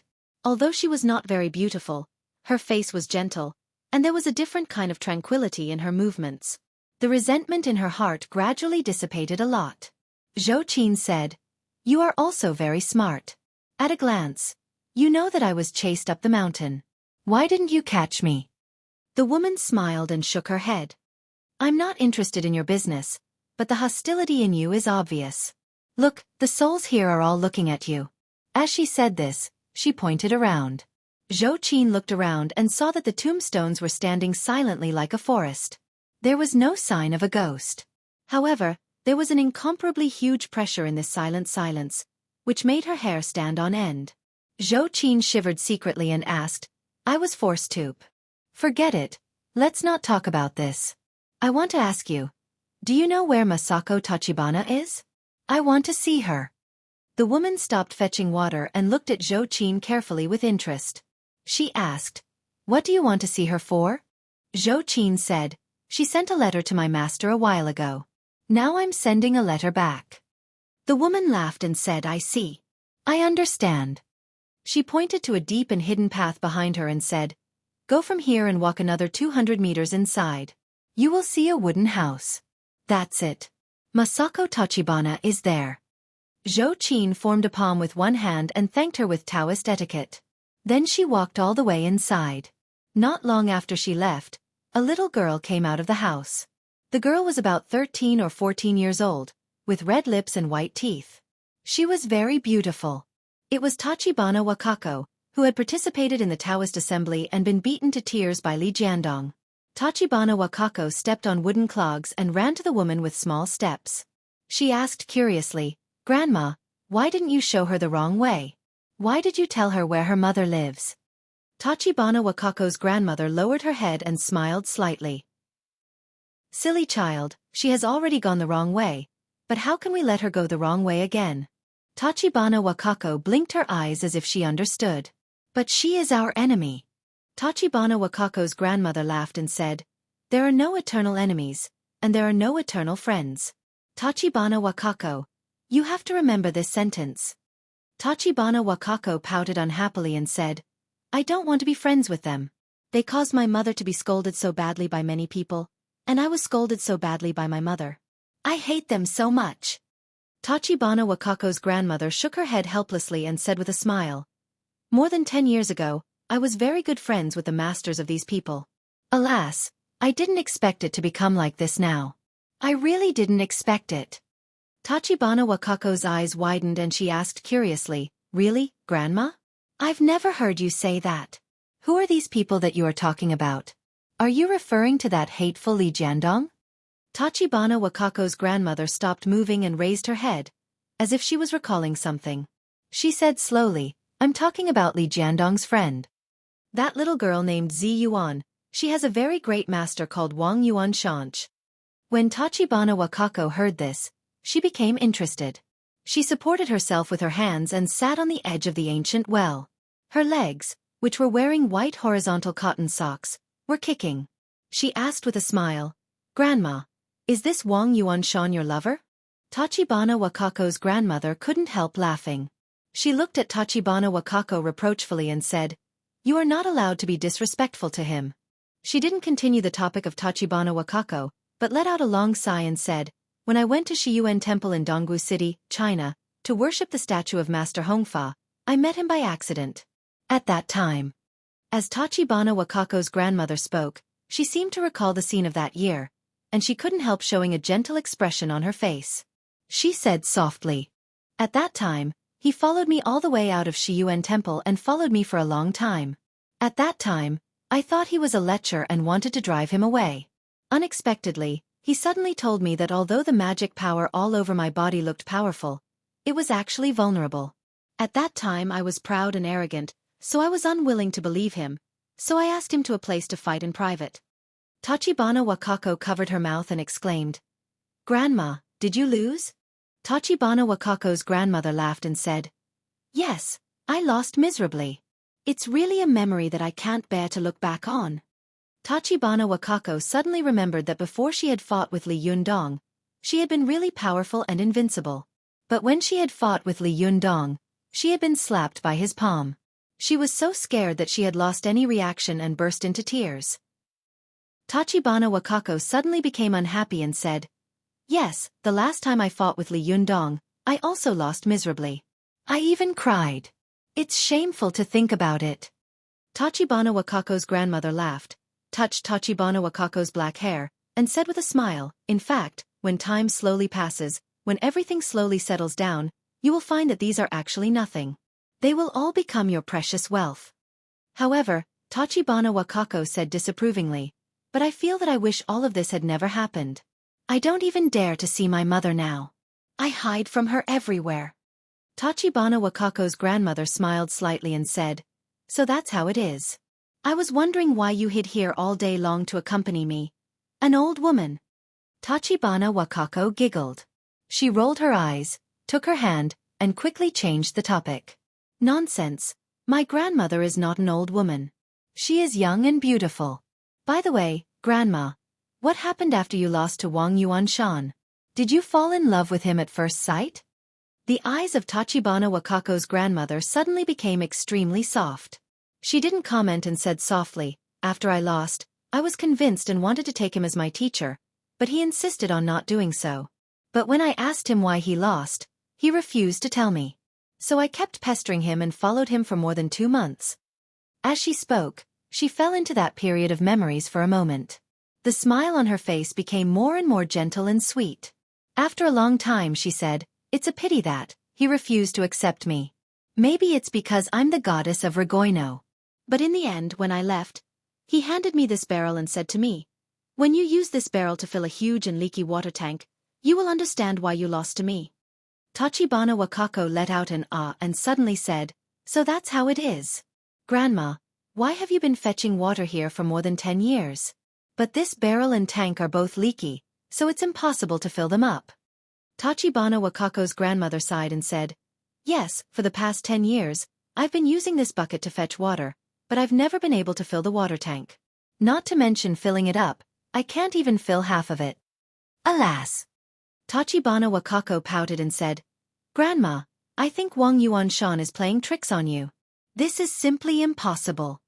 As she spoke, she jumped down from the edge of the well, picked up the barrel in her hand, held it in front of her eyes and said, Grandma, look, if it wasn't for that sister, I wouldn't have paid attention to this barrel.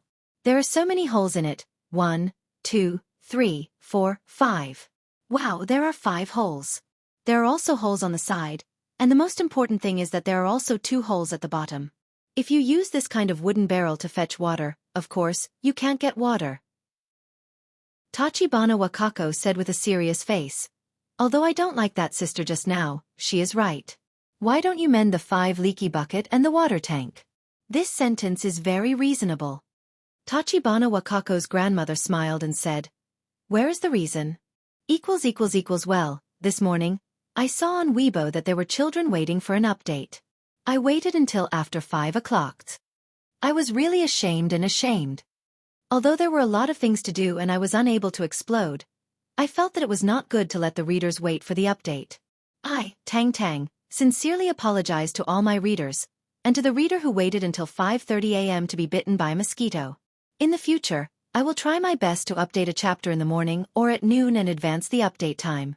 Even if there is a change, I will definitely tell the readers in advance in the previous chapter. This is my fault. I apologize again. There will be another update in a while, and the change will start from today. Chapter 623.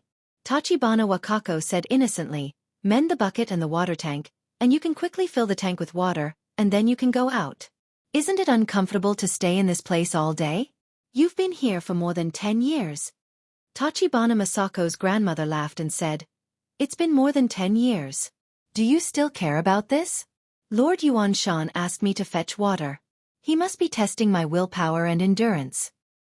He must think that my endurance and willpower in cultivation are not enough, so I will lose to him.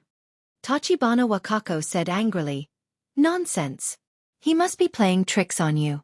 How can there be such a test of willpower and endurance? There are 5 more holes in a wooden barrel. No matter how powerful he is, he can't fill a water tank. Tachibana Wakako's grandmother had been a goddess with a very high cultivation in Zhonyan Tantrism. Her status was extremely high and she was highly respected. But because she had secretly lost to Wang Yuanshan more than 10 years ago, she had returned to the deep mountains of Regoino with a leaky wooden barrel and began to fetch water non-stop. Out of awe of her, others did not dare to ask, nor did they dare to say anything more. As the saying goes, the onlooker sees the game clearly. Tachibana Wakako's grandmother had been trapped in the mystery given to her by Wang Yuanshan for more than 10 years, and she had never jumped out to see this problem. At this time, Xueqi and Tachibana Wakako repeatedly asked this question at the same time. Tachibana Wakako's grandmother finally had an idea. She had subconsciously repeated the word 5-leak bucket with Xueqi's words, but she didn't pay attention at that time. At this time, she was stunned for a moment and murmured, 5 leaks? Why are there only 5 loopholes? She took the wooden barrel from Tachibana Wakako's hand and looked at it carefully. The more she looked at it, the more her eyes shone. Her voice gradually became excited and she said in a low voice, "Yes, didn't Buddha say that men have 7 treasures and women have 5 leaks? Do the 5 loopholes in this wooden barrel refer to the 5 loopholes in my body?" Tachibana Wakako's grandmother was also a great cultivator. Although she was the goddess of Zhenyan Tantrism, she had read the cultivation classics of various sects in school since she was a child. She was very knowledgeable, but she got into a dead end for a while and couldn't turn around. At this time, she was inadvertently pointed out by someone, and she immediately pushed away the clouds and saw the bright moon. Buddhist cultivation was completely different from Taoist cultivation. In the beginning, Taoist cultivation was just like Buddhism. It only focused on cultivating one's life, which was to cultivate one's own spiritual world. It didn't pay attention to cultivating one's nature, which was to cultivate one's physical body. However, ever since Zhang Buduan advocated dual cultivation of life and body in the northern Song dynasty, almost all the Taoist sects accepted his view and began to cultivate their spirit and body at the same time. In the past, Zhang Buduan had made an appointment with a monk to travel around Yangzhou in the form of Yang spirit. After returning, the monk talked about the blooming of Qianghua in Yangzhou, but Zhang Buduan smiled and did not say anything. He took out a Qianghua from his sleeve. The monk was shocked. His Yang spirit could not touch things, but Zhang Buduan's Yang spirit could, so he broke a Qianghua and came back. The monk asked him why. Zhang Buduan said, "You cultivate your life but not your nature, and I just cultivate my life and body." It was also for this reason that after the northern Song dynasty, more and more Buddhist sects began to cultivate their life and body, but their cultivation methods and ideas were different. The magic and cultivation ideas of Zhenyan Tantrism were passed down from the Tantrism of the Tang dynasty, so they also paid attention to cultivating life rather than nature. Moreover, for thousands of years, the ancient meaning school of Zhenyan Tantrism had been entrenched in Mount Koya and had been fighting with the new meaning school. Although they were powerful, in order to emphasize the difference between their cultivation ideas and that of the new meaning school, they had always been self-restrained. In addition, the hierarchy in Japan was obvious, and the relationship between superiors and subordinates was extremely strict. All kinds of rules and systems were like steel and concrete blockhouses that were indestructible, and almost no one could shake them. This situation had led to the steady development of the Japanese cultivation world. It had a deep foundation and great power, but it also made it impossible for them to be like the Chinese cultivation world. Amazing talents emerged one after another, and there were hidden dragons and crouching tigers everywhere in the land of China. Tachibana Wakako's grandmother accidentally figured out this forbidden area of doubt that no one had tried to touch for thousands of years. She was ecstatic and said to herself, "Yes, it must be so. Only the Taoist cultivation sects in the world pay attention to repairing the 5 leakage body. He must have seen that I didn't repair the 5 leakage body, so he used this to warn me. This wooden barrel is referring to my 5 apertures body, and this large water jar is referring to my cultivation. Although the water tank is huge, due to the defects of the 5 leakage body, it can't be filled with water. No matter how much water I get, it will leak clean." Yes, that must be what Lord Yuanshan meant. Alas, when I saw this girl's hostility, I wanted to enlighten her according to her wishes, but I didn't expect that I would be enlightened by her instead. It's ridiculous, ridiculous. Tachibana Wakako's grandmother finally couldn't help but raise her head and laugh. "I understand, Lord Yuanshan, so that's what you mean. I understand." She burst into laughter. Her voice penetrated the dark and gloomy Ragoino and rushed straight into the sky, shaking Mount Koya so that her laughter echoed everywhere.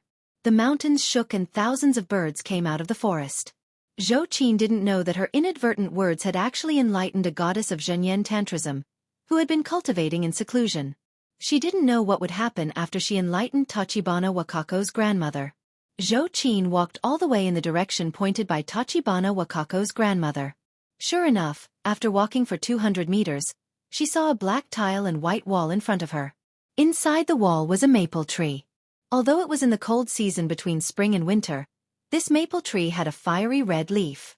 Although it was beautiful, compared with the withering scene around it, it revealed a strange feeling. Xueqi glanced at the maple tree and walked along the stone road to the gate of the yard. After pushing the door open and entering, she saw a large wooden house in front of her, full of the style of Japanese architecture. There was no tombstone beside the wooden house, and bright red maple leaves were scattered on the ground, giving off a sense of tranquility and gloominess. Xueqi knew that she had entered the heart of Ragoino Okuhara, where the goddess, Masako Tachibana, lived. Although she had always been bold and calm, at this time, her heart couldn't help beating violently.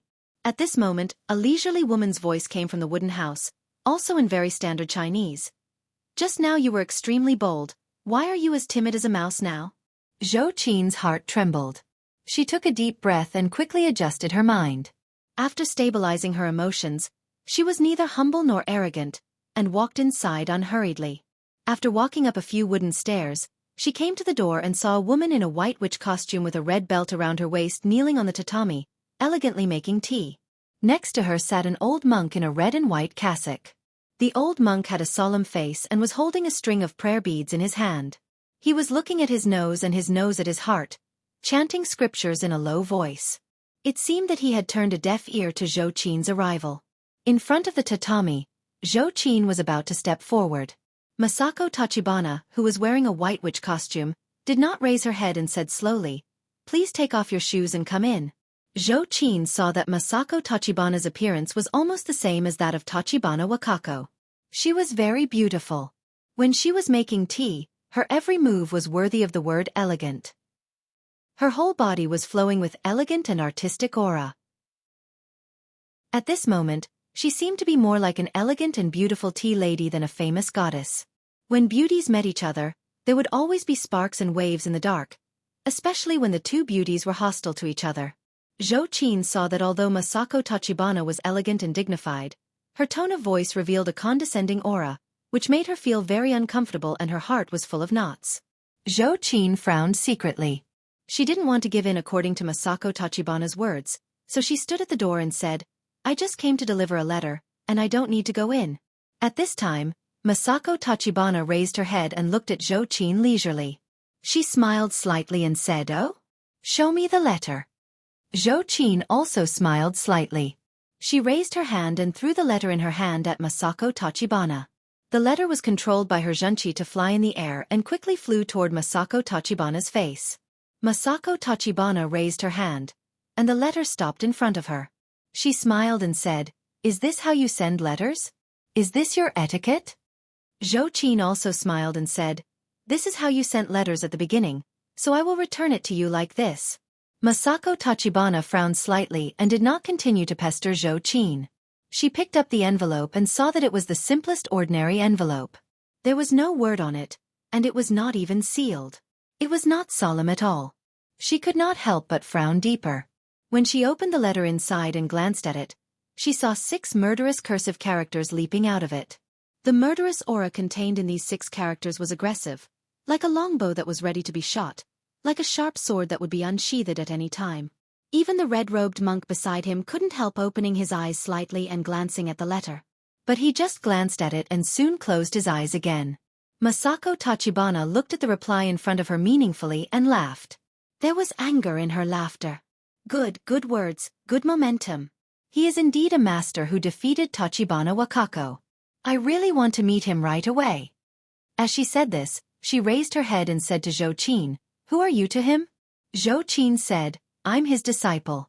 Masako Tachibana nodded and said, "I see." After that, she continued to make tea leisurely, leaving Xueqi aside. Seeing that she didn't respond, Xueqi originally had a stomach full of words to say, but at this time, there was no place to vent them. She held her breath in her heart and said unhappily, "Since there's nothing else, I'll go back first." At this time, Masako Tachibana raised her head and looked at Xueqi in surprise. She said, "Are you leaving?" At this time, Xueqi had already turned around and was about to leave. Hearing this, she also turned around and asked, "Why don't you leave?" Masako Tachibana stared at Xueqi as if she were looking at an idiot. She said in surprise, "You injured the monks of our Mount Koya, made a scene in Mount Koya, and broke into the Oakwen without permission. How dare you want to leave? What do you think Mount Koya is? Xueqi's heart tightened, and her voice slowly became cold. She said in a deep voice, "Do you want to detain me?" Masako Tachibana said lightly, "You have to give us an explanation. Otherwise, if the matter gets out, what will others think of our Mount Koya?"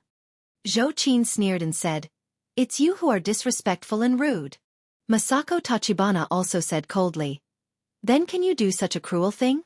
Xueqi raised her eyebrows and was furious in her heart. "What about the illusion that you forced me to kill my master?" But at this time, Xueqi had calmed down. She knew that it was useless for her to say such words, so she swallowed them back. She sneered and said, "If you want to detain me, it depends on whether you have the ability or not." Hearing her words, Masako Tachibana immediately burst out laughing. Her voice was full of disdain and sarcasm, as if she was mocking Xueqi for overestimating herself. Xueqi was proud and arrogant. How could she stand such ridicule? Her eyebrows were getting higher and higher, and her hands slowly touched the Vulcan's whip around her waist. However, Masako Tachibana seemed to not notice her movements. She still laughed unscrupulously and left the door wide open. Seeing that she was so arrogant, Xueqi was even more angry. After holding the handle of the Vulcan's whip in her hand, she was about to exert her strength when she suddenly heard a hurried shout from behind. "Stop! Don't hit me!" Chapter 624. When Xueqi and Masako Tachibana heard the voice, they couldn't help but look in the direction of the voice. They saw a woman in a cherry blossom kimono running over with small steps. It was the woman Xueqi had met before. When Masako Tachibana saw her, she was stunned and said in surprise, "Mother?" The red-robed monk, who had been chanting the scriptures in a low voice, also raised his head at this time. He opened his eyes in surprise and looked at the woman. He stood up and asked in astonishment, "Tsuruko Tachibana, why did you come out?" He saw that the melancholy that had been hidden between Tsuruko Tachibana's eyebrows had been swept away. Although his expression was a little anxious, there was a kind of great enlightenment in his eyes that, once you achieve the Tao, you can die without regret. The red-robed monk suddenly widened his eyes and asked, "Tsuruko Tachibana, have you comprehended the Tao?" After Tsuruko Tachibana walked quickly to the hut, she put her hands together in front of her, and spread her palms flat on the inside of her thighs. She bowed slightly to the red-robed monk and said respectfully, "Master Kaisai Hikaring, we meet again. Long time no see." The 413th great monk of Zhenyan Tantrism, Kaisai Hikaryuni, put his palms together and said with surprise and admiration, "Amitabha, Tsuruko Tachibana, I didn't expect you to really understand the great way. Congratulations." At this time, behind Tsuruko Tachibana Wakako also trotted over. She ran to the door, looked at Xueqi, and then at her mother, Masako Tachibana. When Masako Tachibana saw her at a glance, she frowned and glared at her sharply, as if asking, "How did you disturb my mother?" Tachibana Wakako secretly stuck out her tongue. How dare she speak? She immediately hid behind Tsuruko Tachibana and made a face at her mother. Her eyes were cunning and she argued, "It's not me. It's Grandma who wants to come." Masako Tachibana stood up, bowed respectfully to Tsuruko Tachibana, and said, "Mother, congratulations on your enlightenment. But, why are you here?" Tsuruko Tachibana also bowed politely to his daughter and said, "I'm here to ask you for a favor." Masako Tachibana quickly glanced at Xueqi. She frowned and said unhappily in her heart, "Mother, do you want to plead for her?" Tsuruko Tachibana smiled and said, "Yes, please agree." The relationship between the superiors and subordinates in Japan was strict. Although Tsuruko Tachibana was the mother of Masako Tachibana, because Masako Tachibana was the current minister of worship, the head of the Tachibana family and the goddess, and Tsuruko Tachibana was only the former head of the family and the former goddess. Therefore, although Tsuruko Tachibana was the mother of Masako Tachibana, her words revealed a sense of humility and respect. Masako Tachibana said angrily, "Mother, don't you know that she injured the monk guarding the mountain, offended the fundamental tower, and offended the Okanoin? She has committed many unforgivable crimes. If I let her go like this, how am I going to explain it to the others? Do you know that if we do this, the other sects will gossip about us behind our backs?" Tsuruko Tachibana sighed softly. She took off her wooden clogs and walked up to the tatami with small steps. Then she knelt down and said softly, Masako Tachibana, I know what she did. But for my sake, please let her go. Masako Tachibana said angrily, why? Tsuruko Tachibana glanced at Xueqi and said, because she was the one who asked me to comprehend the Tao. Masako Tachibana's face was suddenly full of shock. She looked at Xueqi in disbelief and said, She is just a cultivator who has just entered the Jinshin phase. Can she give you advice? Mother, are you confused? Tsuruko Tachibana sighed softly and said, Masako Tachibana, you are the one who is confused. Don't you know that sage Confucius has also been enlightened by children? Haven't you read the story of two children debating the Great Way? The Great Way is invisible, and the Great Sound is silent. It's not that whoever has a high cultivation must master the Great Way. Sometimes it's around us, but we haven't paid attention to it. If Xueqi hadn't broken in and inadvertently given me some advice, I'm afraid I would still be trapped in the mystery. Masako Tachibana glared at Xueqi unwillingly and said, But mother, she just said something inadvertently. Tsuruko Tachibana smiled and said, That's right. There was a sentence in the first chapter of Strange Tales from a Liaozhai, written by Pu Songling. I said it to you on your 10th birthday. Do you still remember it, Masako Tachibana? Masako Tachibana said without hesitation. I remember. At that time you said, if you have the intention to do good, although good will not be rewarded, if you have no intention to do evil, although evil will not be punished. But what does this have to do with Xueqi's matter? Tsuruko Tachibana smiled and said, if you have the intention to do good, although good will not be rewarded. If you have no intention to do good, should you be rewarded? Although I didn't go out of the house just now, I also know what happened at the foot of the mountain. The monks who guarded the mountain were also at fault. If they hadn't used illusion to explore Xueqi's background and offended her, such a thing wouldn't have happened. This should be regarded as unintentional evil. Moreover, for the sake of her being just a messenger, Masako Tachibana, you'd better let her go. Masako Tachibana looked down at her mother in disbelief. She said in surprise, Mother, how could you plead for her like this for an outsider? She whipped the monks of our Mount Koya and tarnished the fundamental tower. Is this also an unintentional evil? Tsuruko Tachibana said, when the strong are chasing, the weak are seeking to protect themselves. How can they care so much? If you want to blame the elk for trampling a frog to death in a panic because a lion and tiger are chasing an elk, then I think there is a big problem with your way of cultivation. Masako Tachibana had been invincible in the past 10 years. Not only did she have a high prestige in the Zhenyan Tantrism, but she also had a high prestige in the entire Japanese cultivation world. At this time, she was at the peak of her spirit. How could she listen to such words? She looked at her mother in shock and anger, and shouted angrily, Mother, how dare you doubt my way of cultivation? Seeing that her daughter's face had changed with anger, Tsuruko Tachibana sighed in her heart. She prostrated her upper body on the ground and said, Masako Tachibana, if my words offend you, please forgive me. But I believe that after a few years, you will understand what I'm saying now. Masako Tachibana couldn't help laughing angrily. Xueqi, who was standing to one side, saw that they had been talking quickly in Japanese before. Although she couldn't understand what they were saying, she could roughly judge what they were saying by observing their expressions. Xueqi turned to Tsuruko Tachibana, who was kneeling on the ground, and said, Are you pleading for me? If so, thank you very much, but no need. If she really has the ability to keep me here, let her try. Hearing her words, Masako Tachibana immediately turned her head, stared at her sharply, and shouted, Who do you think you are? How dare you talk to me like this again and again? Masako Tachibana's fierce shout shook the surrounding air as if it was about to shatter like glass. The power was really fierce and terrifying. Xueqi's skin tightened, and then all the hair on her body seemed to explode. In an instant, all the hair on her body stood on end. For a moment, Xueqi was overwhelmed by Masako Tachibana's momentum and couldn't help but feel suffocated. But soon she reacted. Her eyebrows were raised and she was about to make a move. But at this time, Tachibana Wakako, who was beside her, quietly pulled her sleeve and shouted in Chinese, Stupid sister, don't quarrel with my mother. She's fierce. Do you really want to be left here? Xueqi knew that she was definitely no match for Masako Tachibana, but she couldn't get out of the situation for a while. At this time, when she heard Tachibana Wakako's words, She suddenly felt a chill in her heart and thought to herself, yes, if I am left here, what if Li Jiandong and this Masako Tachibana lose because of me? Thinking of this, Zhou Qin's arrogance suddenly disappeared. She no longer spoke. She lowered her eyebrows and looked down, as if she had turned from a thorn into a docile lady in an instant.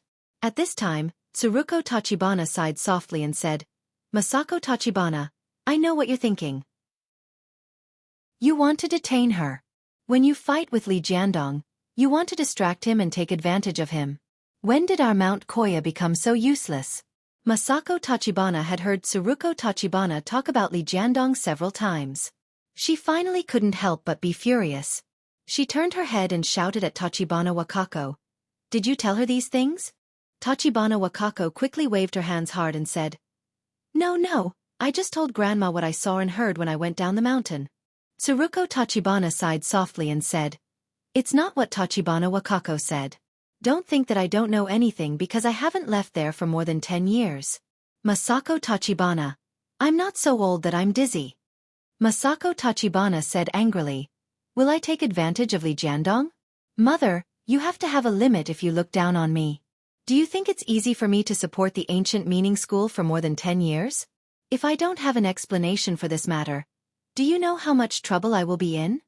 Tsuruko Tachibana looked at his daughter sympathetically and said, I have figured out how to make up for the biggest flaw of our goddess's bloodline. Masako Tachibana, as long as you let her go, I will tell you this secret. If you don't let her go then, on the day of the battle, you will lose. Masako Tachibana was furious. I will lose? Mother, do you think I will lose? At this time, Tsuruko Tachibana raised his head and looked at his daughter without giving in. He said seriously, Yes, with your current state of mind, you will lose. Masako Tachibana was furious to the extreme. She laughed angrily and said, Okay.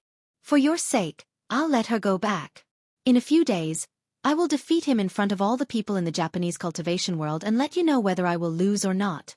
In addition, I don't want to know your so-called secret, and I'm not interested in knowing it. I've been invincible in the world for the past 10 years, and I didn't rely on the skills of fetching water for more than 10 years. Tsuruko Tachibana sighed in her heart. She didn't want to argue with her daughter, so she just bent down again and said to Masako Tachibana respectfully, In that case, thank you very much. I wish you victory. When Masako Tachibana heard her words, she felt that every word was harsh and heart-wrenching. She pointed to the door and said angrily, Get out. All of you get out. At this time, Tachibana Wakako pulled the corner of Zhou Qin's clothes in horror, indicating for her to follow her quickly. Zhou Qin also knew that this was not the time to play the hero. In addition, the roar of Masako Tachibana just now really made her feel a little afraid. Without saying a word, she turned around and left. Kaisai Hikaryuni, who had been silent and reciting scriptures in a low voice, opened his eyes at this time and looked at Zhou Qin's back. He sighed softly and said in a low voice, It's easy to let a tiger go back to the mountain, but it's difficult to catch a dragon in the sea. Amitba. When Masako Tachibana heard this, a fierce light flashed in her eyes. Zhou Qin quickly left Okunin. Seeing that she was accompanied by Tachibana Wakako, the monks who were going to arrest her stopped for a moment and just glared at her indignantly. After getting out of Mount Koya, Tachibana Wakako patted her chest and said with a frightened face, I'll take you here. Go back by yourself. Don't make my mother angry like this next time. She's amazing. Go quickly, lest she regret it. Because of what had happened at the Taoist assembly, Zhou Qin had always had a bad impression of Tachibana Wakako. But at this time, she had escaped from the tiger's mouth and reduced Li Jiandong's worries. She was also secretly grateful. Zhou Qin smiled and was about to speak, but at this time, she suddenly saw a huge statue of a goddess suddenly appear on Mount Koya. This statue of the goddess was formed by the clouds in the sky. This woman was holding a sharp sword, and her face could vaguely be recognized as Masako Tachibana. She raised the long sword in her hand and suddenly chopped down. Tachibana Wakako suddenly exclaimed, Oh no, Mom broke her promise. Run. Chapter 625. Masako Tachibana gathered the clouds into a faz hen and wanted to chase after Zhou Qin. But at this time, Tsuruko Tachibana stood at her feet and shouted, Masako, don't. You can't be a goddess who goes back on her word. Is victory or defeat really that important to you? When Masako Tachibana heard Tsuruko Tachibana's words, she was shocked. Masako was the nickname her mother had used to call her when she was a child. Masako Tachibana hesitated for a moment, but she remembered what the monk had said before. Soon, she gritted her teeth and chopped down with her sword. This sword blotted out the sky and covered the earth. It was as if an indomitable giant was brandishing an incomparably sharp sword, wanting to tear apart the sky and sever the earth. At this time, Tachibana Wakako also looked at the earth-shattering sword and couldn't help exclaiming, "Vajra wisdom sword? Mom, no." Her mother and daughter pleaded for mercy at the same time. No matter how hard Masako Tachibana's heart was, she couldn't help but be shaken again. She let out an unwilling roar. Instead of slowing down, the long sword in her hand sped up and chopped down. Xueqi saw that the sword was coming fiercely, and the pressure was so terrible that she almost couldn't move. Even if she wanted to break through this kind of confinement, it was too late. She simply gritted her teeth and used the power of Jinshin to protect her whole body. She stood still and glared at the sword that was coming down on her face. With a loud bang, the sword cut Mount Koya as if there was a terrible earthquake. With a crack appeared on the ground, extending from the top of the mountain to Xueqi's feet. Masako Tachibana's Fazhen glared at Xueqi in midair and shouted in a voice that shook the sky, "You have guts. If you had wanted to escape just now, you would have been a dead man. Go back and tell Li Jiandong that I will wait for him here and see how he will defeat me." After that, she waved her hand, and the sharp sword formed by the clouds suddenly disappeared. Not long after, the cracks on the ground also made a cracking sound and slowly gathered together, as if a scar was healing quickly. In the blink of an eye, it returned to its original state. Xueqi was shocked by this magical skill. It was not difficult to make a crack in Mount Koya, but it was really an incredible magical skill to quickly close it after making a crack. Xueqi couldn't figure out how the other party had done it for a while. Master. Is he really a match for Masako Tachibana? For the first time, Xueqi was seriously shaken by Li Jiandong. The strength of the enemy in front of her was obviously beyond her imagination. Seeing her mother stop at the critical moment, Tachibana Tachibana Tachibana Tachibana Tachibana Tachibana Tachibana Tachibana Tachibana Tachibana also came down the mountain.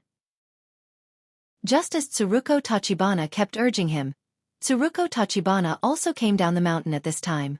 He trotted all the way to Xueqi and bowed apologetically. "I'm so rude. Please rest assured that Masako will do what she says." Then, she said to Tachibana Wakako beside her, "Tachibana Wakako, you go back first. I'll give her a ride." Tachibana Wakako nodded obediently. "I know. Grandma, you go and come back early." Tsuruko Tachibana smiled slightly, turned to Xueqi and said in Chinese, "Miss Xueqi, do you mind talking with me?" Xueqi knew that she had escaped by relying on the woman in front of her. Moreover, the woman was gentle and polite, so she said politely, "Of course not."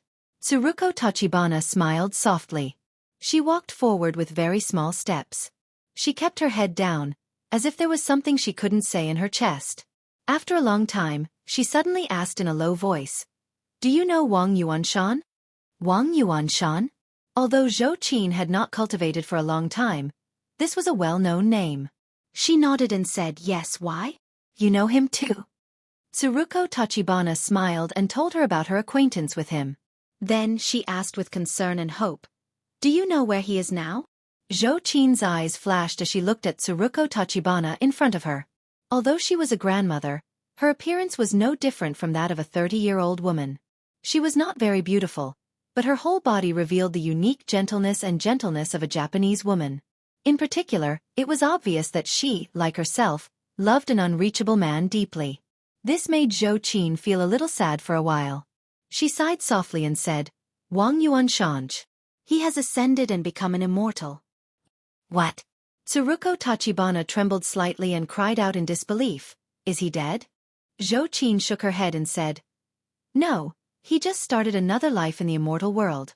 Tsuruko Tachibana's face was full of sadness and sorrow. She said in a low voice, "Yes, he must have a good life in the immortal world, very good." As she said this, she raised her head and looked at the vast sky. Her expression seemed to be about to smile, but the corners of her eyes were full of unconcealable sadness. She said, "I really want to know what the immortal world is like." Zhou Qin said casually, when you are with the person you love, everywhere is the immortal world. Tsuruko Tachibana suddenly turned his head and looked at Zhou Qin in surprise, as if he couldn't believe that such a young and impulsive girl would say such a thing. After a while, she smiled sweetly and said, "You're right. I believe that you will be happy in the future." Zhou Qin smiled bitterly. She didn't want to continue such a sensitive topic with a stranger, so she changed the topic and asked, "Why did you save me?" Tsuruko Tachibana smiled slightly and said, "Because you inadvertently enlightened me. Without you, I might have continued to be trapped." As she said this, she told the whole story and then sighed with emotion. "I really didn't expect that the simplest answer in the world has been in front of me for more than 10 years, but I have never seen it." Zhou Qin also seemed to understand something. She thought to herself, "What a close call. I'm ashamed. If I hadn't said that casually, I'm afraid that things would have been difficult to resolve today. It's a small matter for me to be arrested, but it's a big matter if I get my master involved. It seems that I'd better be less impulsive in the future." But on second thought, Zhou Qin thought, however, Tsuruko Tachibana has comprehended the great way at this critical juncture. It can be said that the only defect of the goddess will be made up for by her. Masako Tachibana's cultivation method is higher than that of my master. If she also knows, won't my master lose? In this way I hurt him more? Thinking of this, Zhou Qin was stunned for a moment and couldn't speak for a long time. Tsuruko Tachibana seemed to know what she was thinking. He smiled and said, "Don't worry, I won't tell Masako." Zhou Qin asked suspiciously, "Why? Don't you want your daughter to win?" Tsuruko Tachibana sighed softly and said, "I once said, misfortune is a blessing in disguise, and misfortune is a blessing in disguise. Masako has been too smooth in the past 10 years. She seems to be very glorious, but in fact, she is facing an abyss and in danger. If she can learn from a failure, just like me, it's not a bad thing." Zhou Qin saw that the Japanese woman in front of her was not only well-cultured, but also sensible. Even if the sex were hostile to each other and dirty, she couldn't help but respect Tsuruko Tachibana. "If the whole Mount Koya thinks like you, that would be great." Tsuruko Tachibana smiled slightly and said helplessly, "I've already jumped out of the 3 realms and am no longer in the mortal world. I'm far away from fame and fortune, so I can naturally stay out of the world. But Masako Tachibana can't. There are too many things on her shoulders.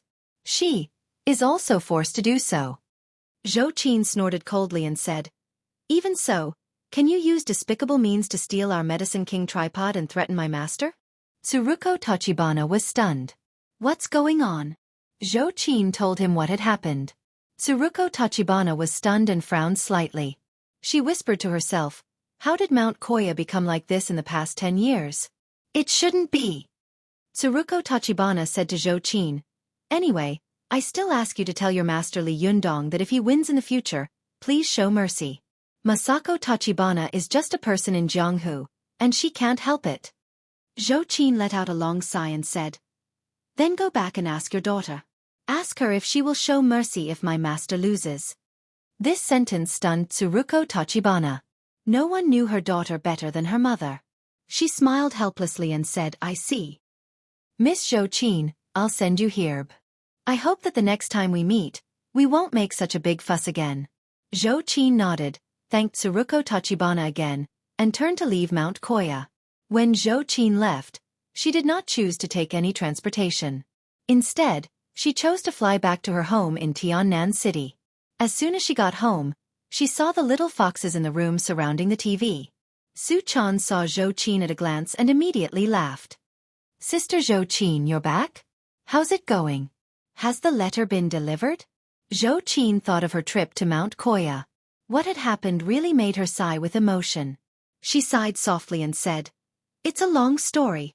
Su Chan blinked her eyes in confusion. "If you can't explain it clearly in one sentence, then 2 or 3 sentences." Zhou Qin didn't seem to want to talk about these things. She changed the topic and asked, "Where's Master?" Su Chan's face suddenly showed a resentful expression. "He's in seclusion again. This time, even I'm not allowed to go with him. Before the big battle, it was better to sharpen the spear than not." Zhou Qin nodded and asked again, "What about Zi Yuan?" Su Chan pointed in the direction of the door next door and said, "She's in her own room. Go find her." Xueqi knew that Wang Yuanshan was Zi Yuan's master. Since she knew something about Wang Yuanshan, she should naturally tell Zi Yuan. She didn't go through the front door. Instead, she jumped gently from the balcony of the back door to the balcony of Zi Yuan's residence and entered the room. As soon as she entered the room, Xueqi saw Wan Hongling, who she hadn't seen for many days, sitting on the sofa in a daze, with tears in the corners of her eyes. Xueqi couldn't help but be stunned and asked, "Wan Hongling? What's wrong?" Chapter 626. When Wan Hongling heard Xueqi's voice, she immediately stood up. She quickly turned around and wiped her eyes. When she turned around, her face was already full of smiles. "Xueqi, you're back? Have you seen my Xueqi?" Xueqi's heart was full of questions, but when she saw that Wan Hongling was unwilling to answer her question, she didn't want to pursue it any further. She said, "No, I was just about to come to find her. Where have you been these days?" Wan Hongling forced a smile and said, "I went back to the Linggong sect." Xueqi asked curiously, "What are you doing there?" Wan Hongling hesitated for a moment and said hesitantly, "Nothing, I went back to find something." Xueqi stopped asking and said sensibly, "Well, I understand. Tell me when Zi Yuan comes back. I have something to tell her." Wan Hongling smiled slightly. Just as she was about to speak, she heard the sound of a key at the door. Zi Yuan pushed the door open and entered. Wan Hongling's eyes lit up and she said with a smile, "Xueqi, what a coincidence. We were just talking about you." Zi Yuan was also stunned when she saw Wan Hongling. Although she had been furious at that time because Wan Hongling had used a trick to make Su Chan and Xueqi go to Mount Huangshan, it had been several days since the incident. Even if she was angry, Zi Yuan's heart had dissipated a lot. She asked curiously, "Hongling? You're back. Where have you been these days? Why didn't you say hello to me?" Wan Hongling smiled and didn't answer her. Instead, she pointed to Xueqi and said, "Xueqi has something to talk to you about. You guys talk. I'll go back to my room first." Zi Yuan looked at Wan Hongling in confusion as she walked quickly into her room. Her ponytail was shaking in panic behind her head, as if she was avoiding her. She shook her head secretly and muttered in her heart, "What is this girl doing?" Zi Yuan was puzzled. After thinking for a while, she stopped thinking about it. She smiled at Xueqi and said, "Xueqi, have you sent a letter back? How was the journey? Did they make things difficult for you?" Xueqi sighed softly and said, "A lot of things happened. I don't know where to start." Zi Yuan smiled slightly and said, "It's okay. Take your time." Xueqi sorted out her thoughts and told him everything that had happened when she went to Mount Koya. She only hid the content of the illusion that the monks of Mount Koya had used to test her. Zi Yuan was fascinated, especially when Xueqi said that Masako Tachibana gathered Dharmakaya true god with clouds and split the earth with a sword. Even though she was experienced and knowledgeable, she couldn't help but be a little moved. Zi Yuan cried out involuntarily, "This Masako Tachibana is so powerful? Using the heaven chi to break the earth chi, this is at least the thunder tribulation realm." Xueqi nodded with fear on her face and said, "She is indeed very powerful. In front of her, I have a feeling that my hands and feet are tied. Even if we fight, my strength will be greatly reduced." Zi Yuan pondered for a while and said, "Your trip is very valuable. At least you know that the goddess of Aoin is born with a huge flaw. Otherwise, Tsuruko Tachibana would not thank you so much." Xueqi asked curiously, "Has your master Wang Yuanshan ever mentioned to you about him and Tsuruko Tachibana?" Zi Yuan shook her head and said, "I haven't heard my master mention it. If you hadn't mentioned it today, I wouldn't have known that these things had happened. However, I can roughly infer how you enlightened Tsuruko Tachibana. If I'm not wrong, your casual words must have inadvertently woken her up and made her understand that it was the wooden barrel that was leaking everywhere. With a body of 5 leaks to practice magic power, naturally she would learn more and leak more." With that, Zi Yuan smiled and said, "The reason why the goddess is so powerful is that she can use her special physique and bloodline to be the same as the gods and use the power of the gods to defeat her opponents. However, they themselves were lacking in cultivation. How could it be possible for them to cultivate their nature and not their fate? It's like a person with one long leg and one short leg." Xueqi's face lit up with joy. "You're right. I've thought about it before. Now hearing what you said, I'm even more relieved. In that case, Master should have a good chance of winning, right? Even Tsuruko Tachibana said that Master can win. However, Zi Yuan shook her head and said, not necessarily. Zhou Qin was very anxious and hurriedly asked, why is that? Zi Yuan sighed softly and said, knowing the weakness doesn't mean that you can defeat her. It's like knowing where the weakness of a giant is, but he is strong and skilled in martial arts. You can't get close to him and hit his weakness. What's the use? Zhou Qin was greatly disappointed. What should we do? How did your master Wang Yuanshan defeat Tsuruko Tachibana? Zi Yuan thought for a moment and shook her head helplessly.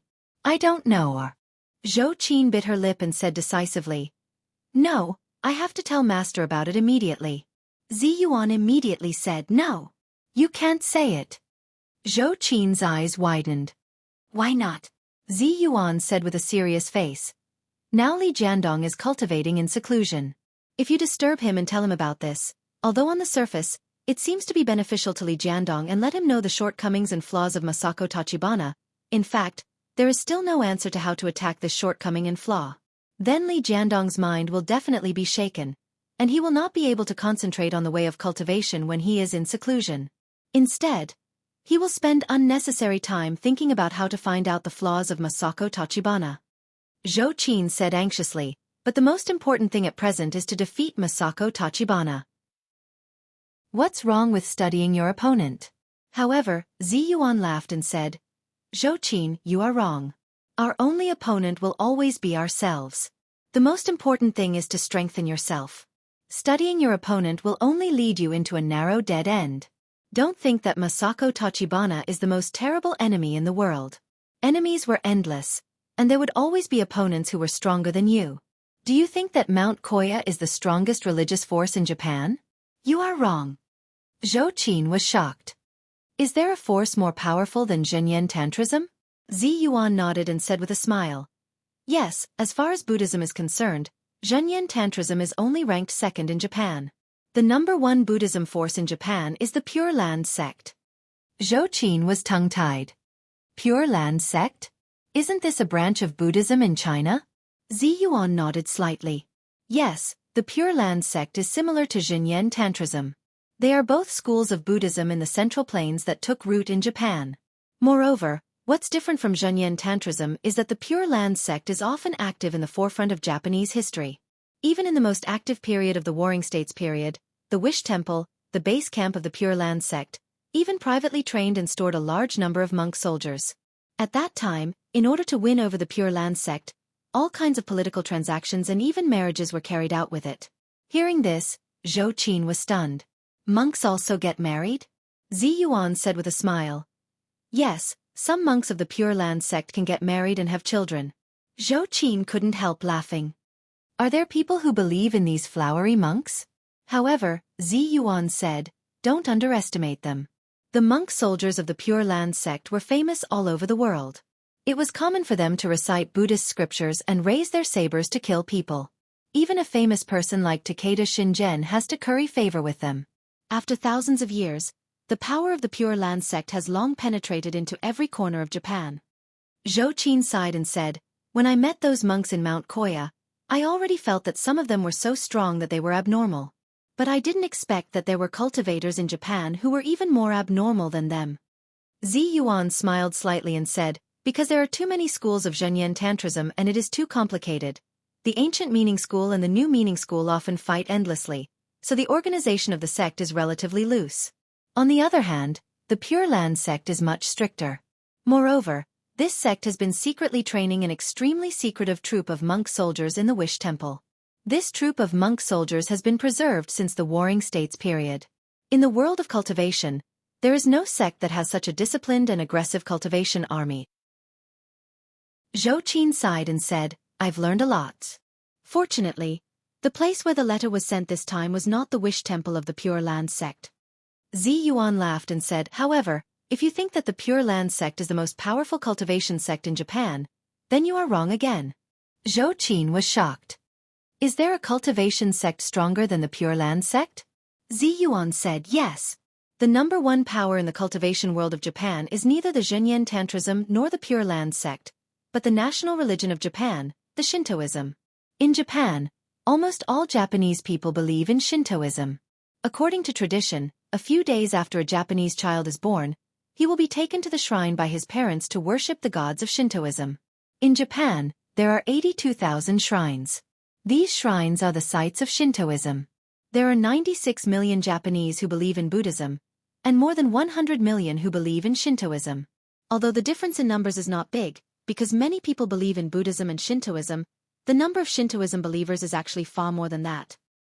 Moreover, even the Masako Tachibana and Tsuruko Tachibana you met before, as well as the Tachibana Wakako who participated in the Taoist assembly, were actually the goddesses of Shintoism in the past.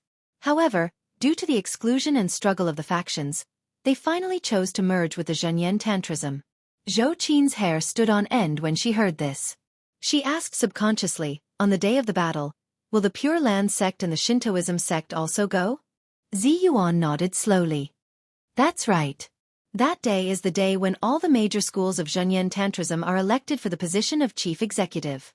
This day is not only a big day for the Japanese cultivation world, but also a day that the people of Japan pay attention to. On this day, not only the Pure Land School, Zhenyan Tantrism, Shintoism, and other cultivation sects in Japan, but also the other Fahua sect, Tiantai sect, Dharma characteristic sect, Yin-Yang sect, and other sects in Japan.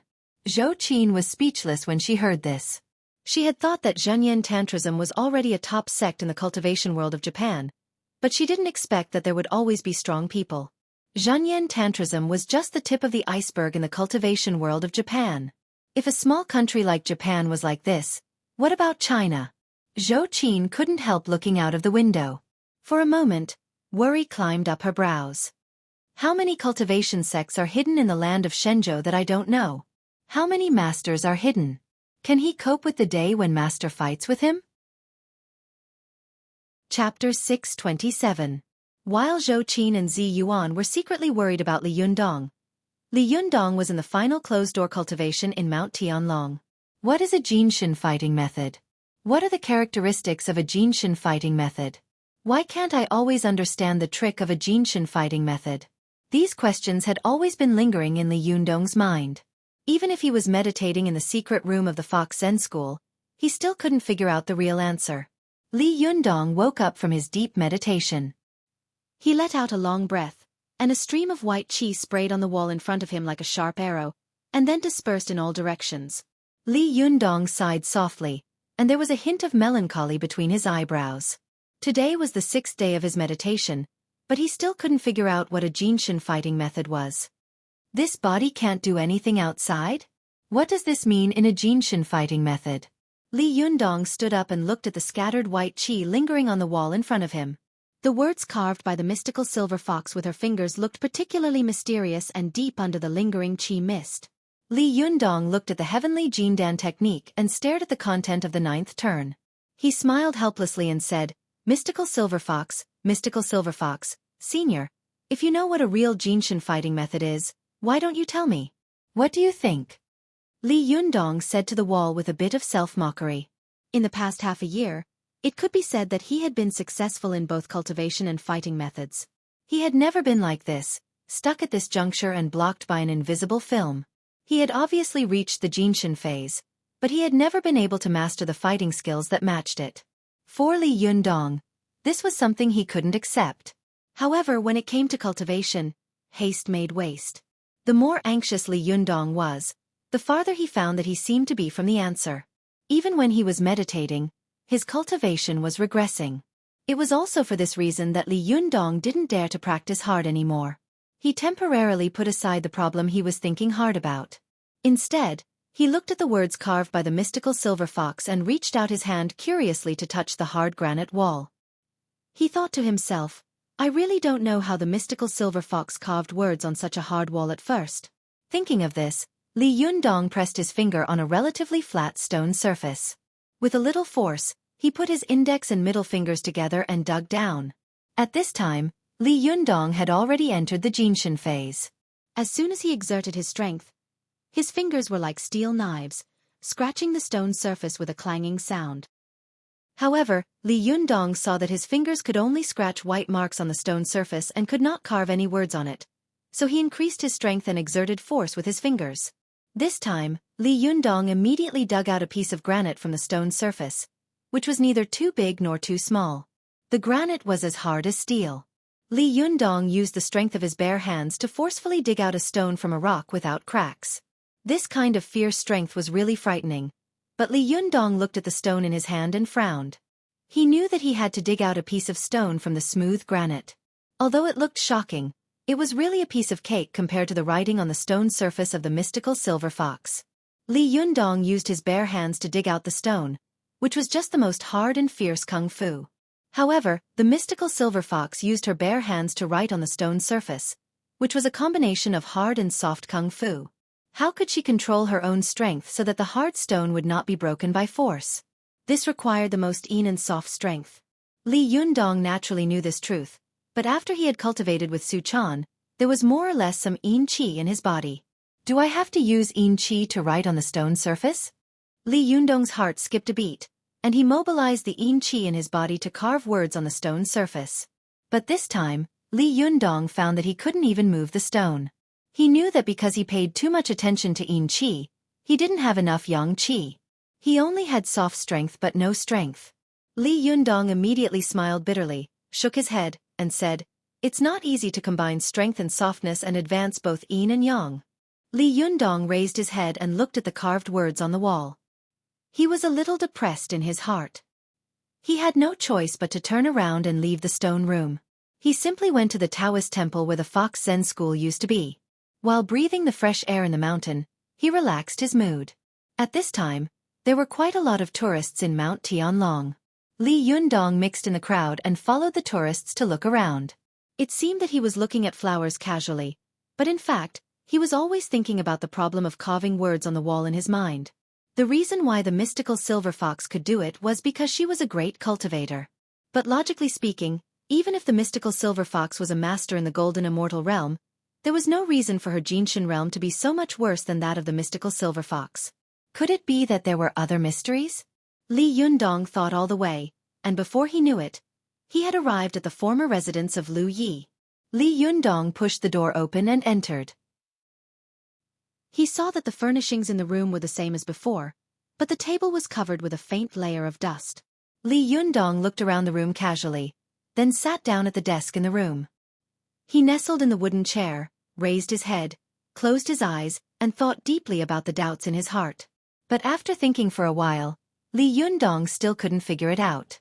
When he opened his eyes, he found that the bookshelf next to him was full of all kinds of Taoist classics and Buddhist classics.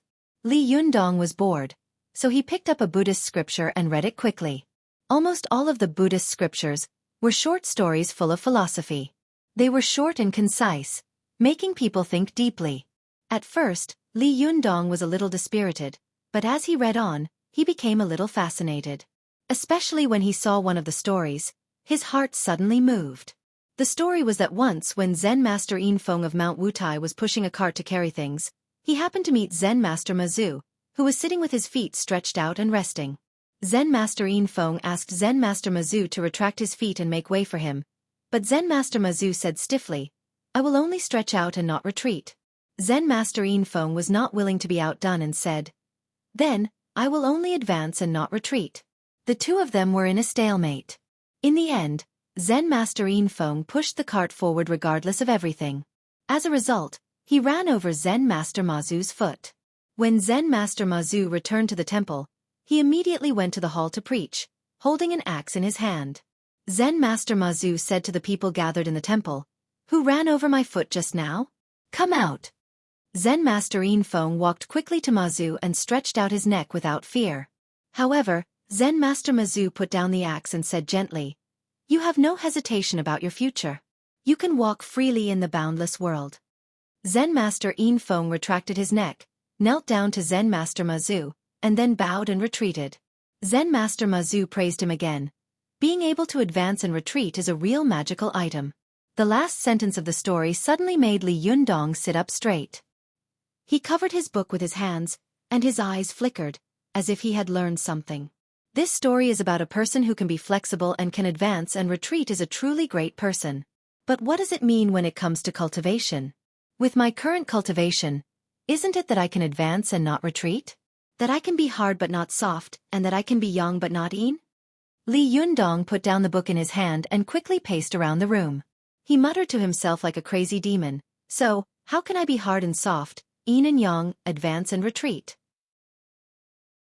Li Yundong suddenly stopped, looked down at his hands, and said in a low voice, the Tao gives birth to one gives birth to two gives birth to three, and three gives birth to all things. Man follows the earth follows the heaven follows the Tao, and the Tao follows nature. What is the connection between the two? The Tao gives birth to one gives birth to two gives birth to three, and three gives birth to all things. This is about the origin and development of the universe. Man follows the earth follows the heaven follows the Tao, and the Tao follows nature. This is about the process of cultivating man's nature and life. The Tao of man and earth is about the Xueqi phase of cultivators, opening up the 12 meridians, completing the cultivation of their own small universe, imitating the earth and strengthening their own self-repair and self-improvement functions. The Tao of earth and heaven refers to the cultivation realm of magic that cultivators cultivate through magic. The Tao of heaven refers to the cultivation realm of magic that cultivators break through the Yongshan phase and jump out of the mortal world of the three realms, get rid of the shackles of life, old age, illness and death, and begin to reach the peak of the dual cultivation of life and death. Li Yundong was talking to himself quickly in the room like a madman. The more he spoke, the more excited he became, and the brighter his eyes became. Although what he said was no different from what he had repeated countless times before, this time, Li Yundong clearly felt as if he was running on the right path at full speed. Li Yundong didn't know what kind of feeling it was, but he had a feeling that I seem to understand, and I seem to be very close to the answer. This kind of feeling happened to coincide with the Taoist concept of Tao follows nature and the Buddhist concept of true self. What was Tao follows nature? Since ancient times, the great cultivators of various sects had written books to explain this point. But no matter how hard they tried, they found that Tao imitates nature was actually a superficial explanation, but it could not explain the true meaning of the realm. Once anyone reached this realm, they would understand that this was Tao imitates nature. However, if they were to explain it to their disciples, they would not be able to explain it in detail, let alone let them understand what kind of realm it was. As far as Li Yundong was concerned, the Tao follows nature. He understood was that since there was a difference between men and women in nature and the difference between yin and yang, then men and women had the beauty of human nature. The Tao gave birth to all things, and all things had the beauty of natural groups. The Tao gave birth to the 5 elements, and the 5 elements had the beauty of changing nature. The moon was naturally bright, and the sun was naturally illuminated. The Great Way transformed all things in the world, and all of them followed the rules of the laws of nature. All of them obtained the power of the origin of nature, and all of them returned to the root. This was Tao follows nature. Li Yundong suddenly stopped and looked down at his hands with a fanatical look in his eyes. I'm so stupid. Why do I keep trying to carve words with the power of Jinshin? I always thought that the power of Jinshin was invincible and my strongest power. Naturally, I should try it with the strongest power. But I neglected one thing. No matter how hard granite is, it is still a material of the earth. It is also a natural thing that can't jump out of the 5 elements. Since human beings are the spirit of all things, cultivators are even more superior. Since they have the ability to control the 5 elements, why are they stupid enough to fight against this hard granite head-on? What about the 8 great freedom selves that I comprehended in the spirit space? What about my methods that can be big or small, far or near, more or less, light or heavy, and changeable? Why can I do this in the spirit space, but not in the spirit space? Thinking of this, Li Yundong suddenly felt that a window had been opened in front of him, and a new world had finally opened to him. Because the spirit space is a world created by oneself, everything in the whole world can be mobilized by oneself. And the spirit space is not created by oneself, so it can't be done in the spirit space. Li Yundong couldn't help but show ecstasy on his face and said quickly, it's because cultivators found that they couldn't use magic at will in the boundless world like in the minor kiliacosm. That's why they advocated the natural way and advocated cultivating their own minor universe to be compatible with the outside universe. What is Tao follows nature? Tao follows nature is great liberation and great freedom. This is similar to the 8 great self-creation techniques of Buddhism. The reason why Buddhism and Taoism can be practiced together is because of this. The human body is its own spirit space, and the world is the outside universe. As long as the two are combined, they can achieve great liberation and great freedom in the spirit space. Li Yundong raised his head and laughed. There was a kind of haughty pleasure in his laughter. I understand. What is Jinshin fighting methods? Jinshin fighting methods is the unity of heaven and man. Everything in the world, including thunder and the 5 elements, is for me to use. Li Yundong didn't know that once he comprehended the Tao, he finally understood the realm of Jinshin fighting methods. From then on, there was finally a real invincible Li in the Chinese cultivation world. Chapter 628. Li Yundong's laughter shook the sky, causing the tourists in the Taoist temple of Mount Tianlong to look in his direction curiously. At this time, Li Yundong was filled with the excitement of comprehending the realm, so he didn't care about shocking the world. His figure flashed, and in an instant, he rushed out of the Taoist temple like a wild horse. With just a few leaps, he jumped over the wall and rushed all the way to the secret room of the Fox Zen school, leaving the stunned tourists staring at his back in a daze. After returning to the cave, Li Yundong quickly rushed to the wall engraved with the heavenly Jin Dan technique. He stretched out his hands, pressed his 5 fingers on the wall, took a deep breath, and thought to himself, the earth element of the 5 elements corresponds to the spleen of the 5 internal organs of the human body. If I'm right, the spleen chi of the human body's own small universe can mobilize the earth element of the world's big universe. Thinking of this, Li Yundong closed his eyes and tried his best to activate the chi of the spleen in his 5 internal organs. The chi of the spleen in his 5 internal organs was yellow. In an instant, Li Yundong's face turned sallow, and a flowing yellow light quickly condensed on his fingertips. Why did cultivators have supernatural power? Why could they use magic? Because they used special methods to train their internal organs, 3 danshans, and spirit, so that the 5 chis could be Chao Yuan and the 3 splendors could be gathered. Man was the spirit of all living things. Only people could sense and connect with the big universe of heaven and earth with their own small universe. In China, whether it was Buddhism, Confucianism, or Taoism, almost all of them paid attention to the unity of heaven and man. They used their own small universe and the big universe of heaven and earth to reach the supreme realm of great cultivators. This was also why, for thousands of years, even if a monster wanted to cultivate, he had to first cultivate into a human body in order to reach the peak of cultivation. Although granite was hard, it was just a stone with a very tight structure.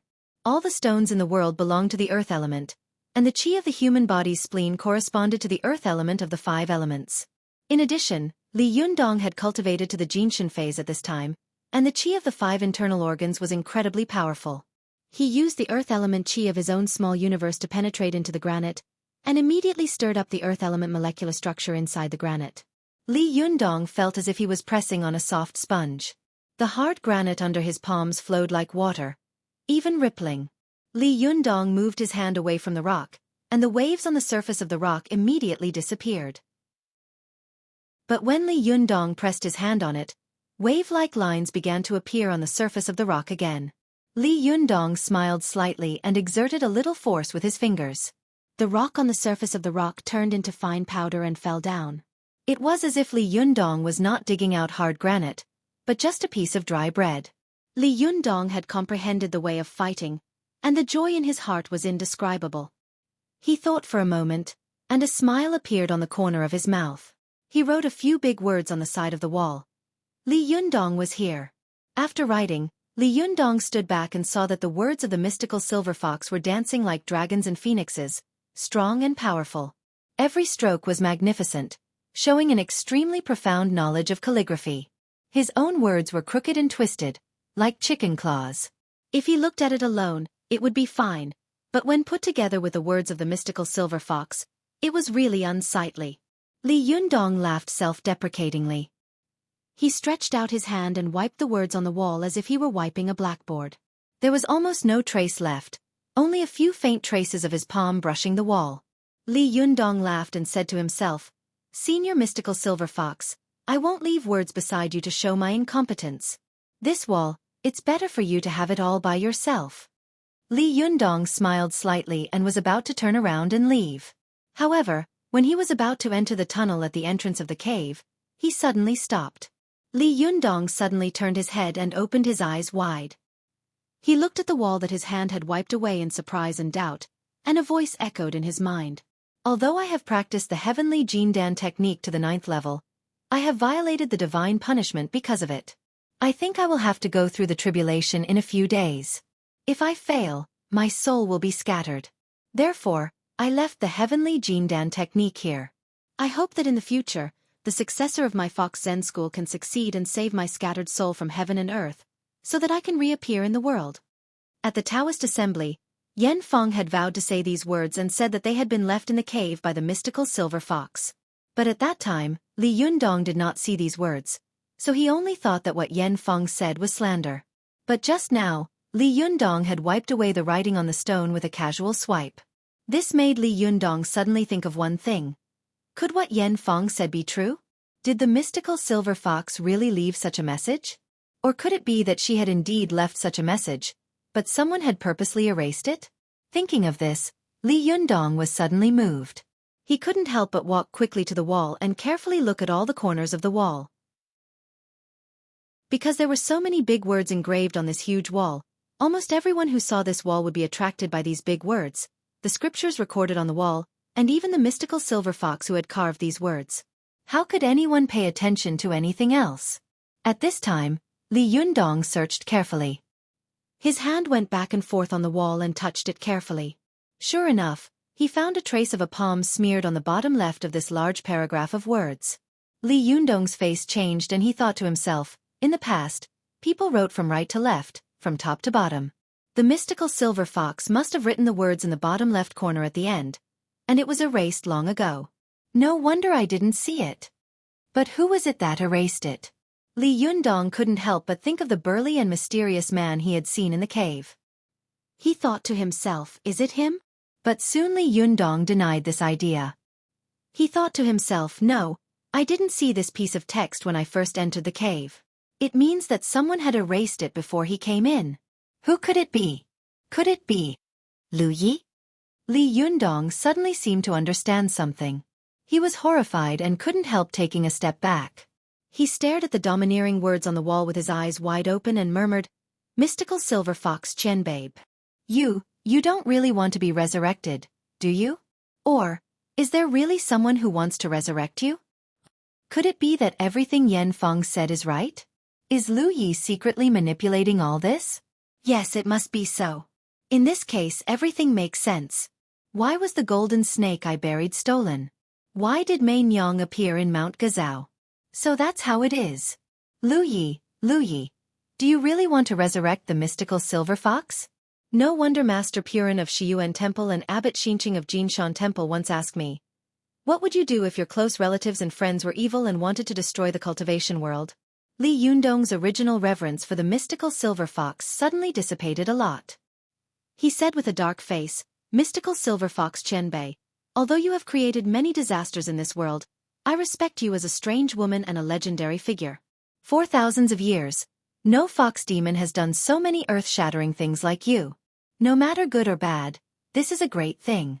If you want to resurrect, I don't care for the time being, but if your resurrection will affect my relatives and friends. Li Yundong's face changed.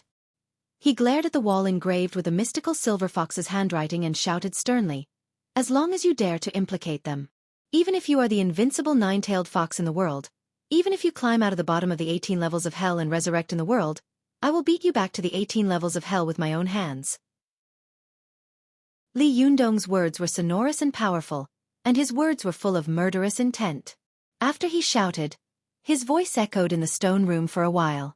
Li Yundong took one last look at the wall full of handwriting. He said coldly, keep your handwriting first.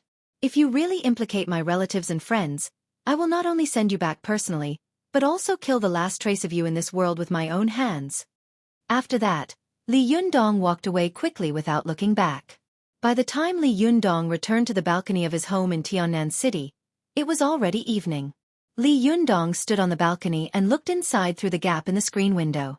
He saw that the little foxes at home were gathered on the sofa in twos and threes, watching cartoons. Su Chan was on the carpet in the living room, leaning against the sofa with her head on Ling Yu's thigh. She was eating snacks and watching cartoons for children, giggling with the other little foxes. In the living room, Zhou Qin was wearing an apron around her waist and carrying a steaming plate of dishes out of the kitchen. Although Li Yundong was standing outside, he also smelled a strong aroma, which penetrated his nostrils. He couldn't help laughing. There's no need to ask, it must be Zi Yuan cooking. Only the food she cooks will be so fragrant, elegant and quiet, like tea. At this time, Ruan Hongling was sitting at the table and shouting excitedly toward the kitchen, as if she was urging Zi Yuan to cook quickly. Chao Yi and Lu Yuehong of the Fox Zen School were leaning lazily on the railing on the second floor. These two beautiful women were looking at everything in front of them with a smile, and their eyes were full of gentleness and satisfaction. What a warm and pleasant scene! Li Yundong suddenly realized that his home was so warm and moving. He hadn't noticed it before. How can I allow others to destroy such a beautiful and happy day?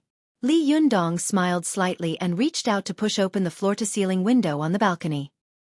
He secretly made up his mind in his heart, even the King of Heaven can't destroy the life in front of me. No one can hurt them. At this time, at the distant Kyoto airport in Japan, Lu Yi, who had specially disguised himself as an ordinary person, slowly walked down from the plane. He looked around and saw that there were people everywhere. Lu Yi stood in the airport building, which was echoing with soft voices, and sighed. He said, "It's been more than 10 years. I didn't expect to set foot on this land again. East Asians, your nightmare is about to come. In another day, you will panic and be unable to sleep all night because of the reappearance of the mystical silver fox. When she fully recovers her power, you will regret sealing the 9-tailed fox in this land. The anger of the mystical silver fox will devour you. Of course, not only you, but also those cultivation sects that have chased after her and the Fox Zen School, making us unable to live in peace." Chapter 629. Li Yundong pushed open the floor-to-ceiling window and returned home. The little foxes who were watching TV all looked at him in surprise. Su Chan looked at Li Yundong with joy and said, "Yundong, you've come out of seclusion? How is it?" "Master, you're back?" Zhou Qin turned her head and shouted in surprise and joy, "You've come out of seclusion?" At this time, Zi Yuan also heard the noise. She took off her apron and walked out of the kitchen. Unlike the others, she didn't ask, but just looked at Li Yundong carefully. Zi Yuan saw Li Yundong standing in front of everyone with a smile. Although his appearance had not changed at all, there was a kind of insight in his eyes, as if he had seen through the rules of the universe and the operation of all things. Zi Yuan had only seen this kind of gaze on one person, and that was her master, Wang Yuanshan. Zi Yuan smiled slightly and said softly, "It seems that you have already understood what Jinshin fighting methods are?" Li Yundong smiled and nodded at her. "Yes, I've already comprehended it." Su Chan and Zhou Qin were overjoyed when they heard this. Su Chan happily took Li Yundong's arm and giggled. "I knew that Yundong was the smartest. Sharpening your spear at the last moment will make you shine even if it's not fast." Zhou Qin asked curiously, "Master, what is the real Jinshin fighting methods? Can you teach us?" Li Yundong chuckled and said, "Jinshin fighting methods are nothing more than 4 words. Unity of heaven and man." Zhou Qin and Su Chan were stunned at the same time and began to think in confusion. Zi Yuan pondered slightly and looked thoughtful, while the little foxes were at a loss. Ruan Hongling, who was sitting at the table, thought for a while but couldn't figure it out. She gave up and urged, "Oh, don't think about it. Go and understand your own Tao. If you can understand it in such a short time, then everyone in the world will be masters of Jinshin fighting methods. Let's eat first." Zi Yuan and the others thought that Ruan Hongling's words made sense, so they smiled and sat down at the table one after another. At this time, Ao Wushuang also came out of the room and stood on the second floor. She said to Li Yundong with a solemn face, "Leader, can you come up? I have something to tell you." He looked up and nodded at Ao Wushuang with a smile. Then he said something to Su Chan and followed Ao Wushuang into her room. As soon as he entered the room, he saw the Bahuang sword floating in the middle of the room, shining with a soft light. He was slightly stunned, but soon he seemed to understand something and turned to look at Ao Wushuang. The stunning beauty with a vermilion beauty mole between her eyebrows was looking at the Bahuang sword in front of her reluctantly, as if she was looking at a child who was about to leave, or a lover who would never return. She said softly, "Leader, you are about to go to country R. This Bahuang sword has been with me for more than 10 years. Now I will give it to you." Hearing this, Li Yunyang immediately shook his head and said, No, no, Senior Ao Wushuang. This is your personal magic weapon, and it's also a token of love from Wang Yuanshan. How can you give it to me? Token of love? Ao Wushuang couldn't help laughing. Leader, do you know why I asked Chon'er to come back to you after I took her away? Li Yunyang asked curiously why. Ao Wushuang looked at Li Yunyang with flickering eyes and said with emotion, because I saw that you are a man of affection and righteousness, and you also have true feelings for Chon'er. So I asked her to come back again. In this world, everything is easy to get, whether it is magic, magic treasures, or even more powerful magic formations. As long as you work hard to learn and pursue them, you will be able to get them one day. But it is difficult to find a loving and righteous partner in the world. Li Yunyang, although I am your leader, since you call me senior, I will say something to you as a senior. Li Yunyang said respectfully, Senior, please go ahead. Ao Wushuang smiled slightly and said, if there is love between the two of them, why should they care about the token? The most fragile thing in the world is love, but it is also the most unshakable thing. Although Wang Yuanshan and I are separated from each other, and although we are demons and immortals, I always have him in my heart, and I believe that he will always have me in his heart. Why should I care about the token of love? Ao Wushuang handed the Bahuang sword to Li Yunyang with both hands and said, Li Yunyang, the love between Wang Yuanshan and me cares about the sky and the earth, but it doesn't care about this sword. It was originally a powerful magical weapon of the Linggong sect. Later, Wang Yuanshan gave it to me, and it has been with me for 10 years. But the thing I regret the most in my life is accepting this sword. As she spoke, Ao Wushuang gently stroked the body of the Bahuang sword, which was full of exquisite patterns. She sighed and said, if Wang Yuanshan hadn't given it to me, how could he have been caught? Alas, everything is fate. Li Yunyang, you are about to go deep into the tiger's den. You must not make the same mistake as Wang Yuanshan. You must accept this Bahuang sword. Even if you don't need it in the future, you can return it to Ziyuan and hand it back to the Linggong sect. It will be a relief to me. Hearing this, Li Yunyang couldn't help sighing. He stretched out his hand to take the Bahuang sword and said, in that case, it would be impolite of me to refuse. Seeing that Li Yunyang had accepted it, Ao Wushuang immediately looked happy. She had let Saionji Tsunekatsu go before, and she had always felt guilty. At this time, seeing Li Yunyang accept the Bahuang sword with a smile, the guilt in her heart disappeared a little, and her worry was reduced a lot. She said with a smile, Leader, this Bahuang sword and this sword were originally a mother and son sword. Only when the two swords are combined can the greatest power of this sword be exerted. Li Yunyang's heart skipped a beat. He smiled at Ao Wushuang and said, Senior Ao Wushuang, wait for me. As he said this, he went out of the door and stood in the corridor on the second floor.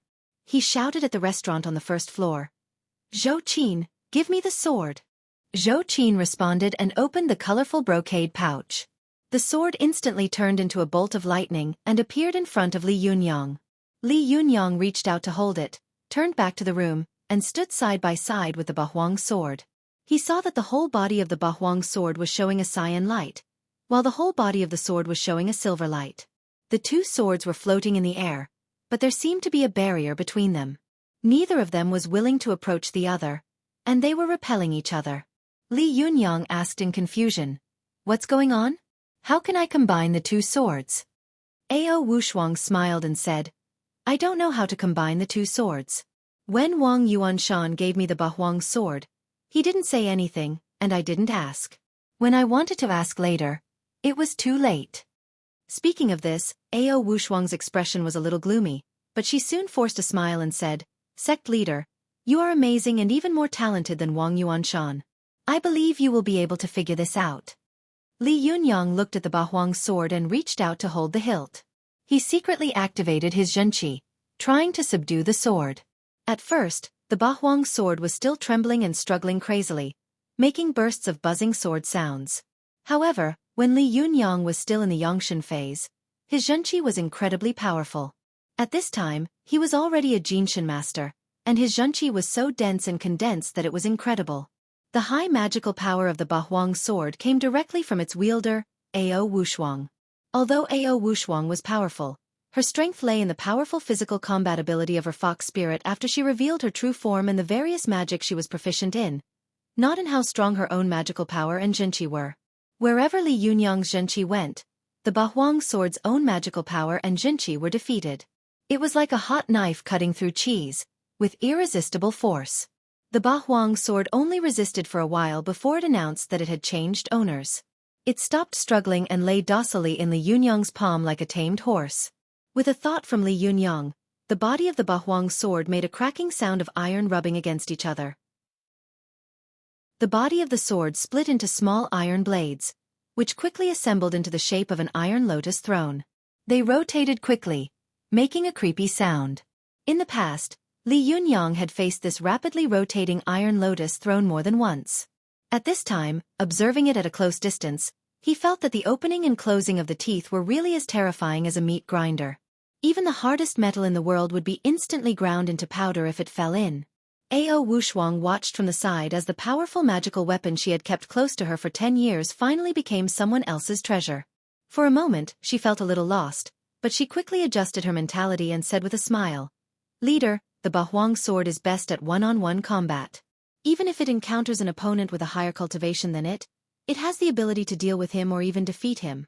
Among the 5 great swords of Taoism in the world, except for the Shenyuan sword, which can defeat the Bahuang sword, the other swords may not be a match for it."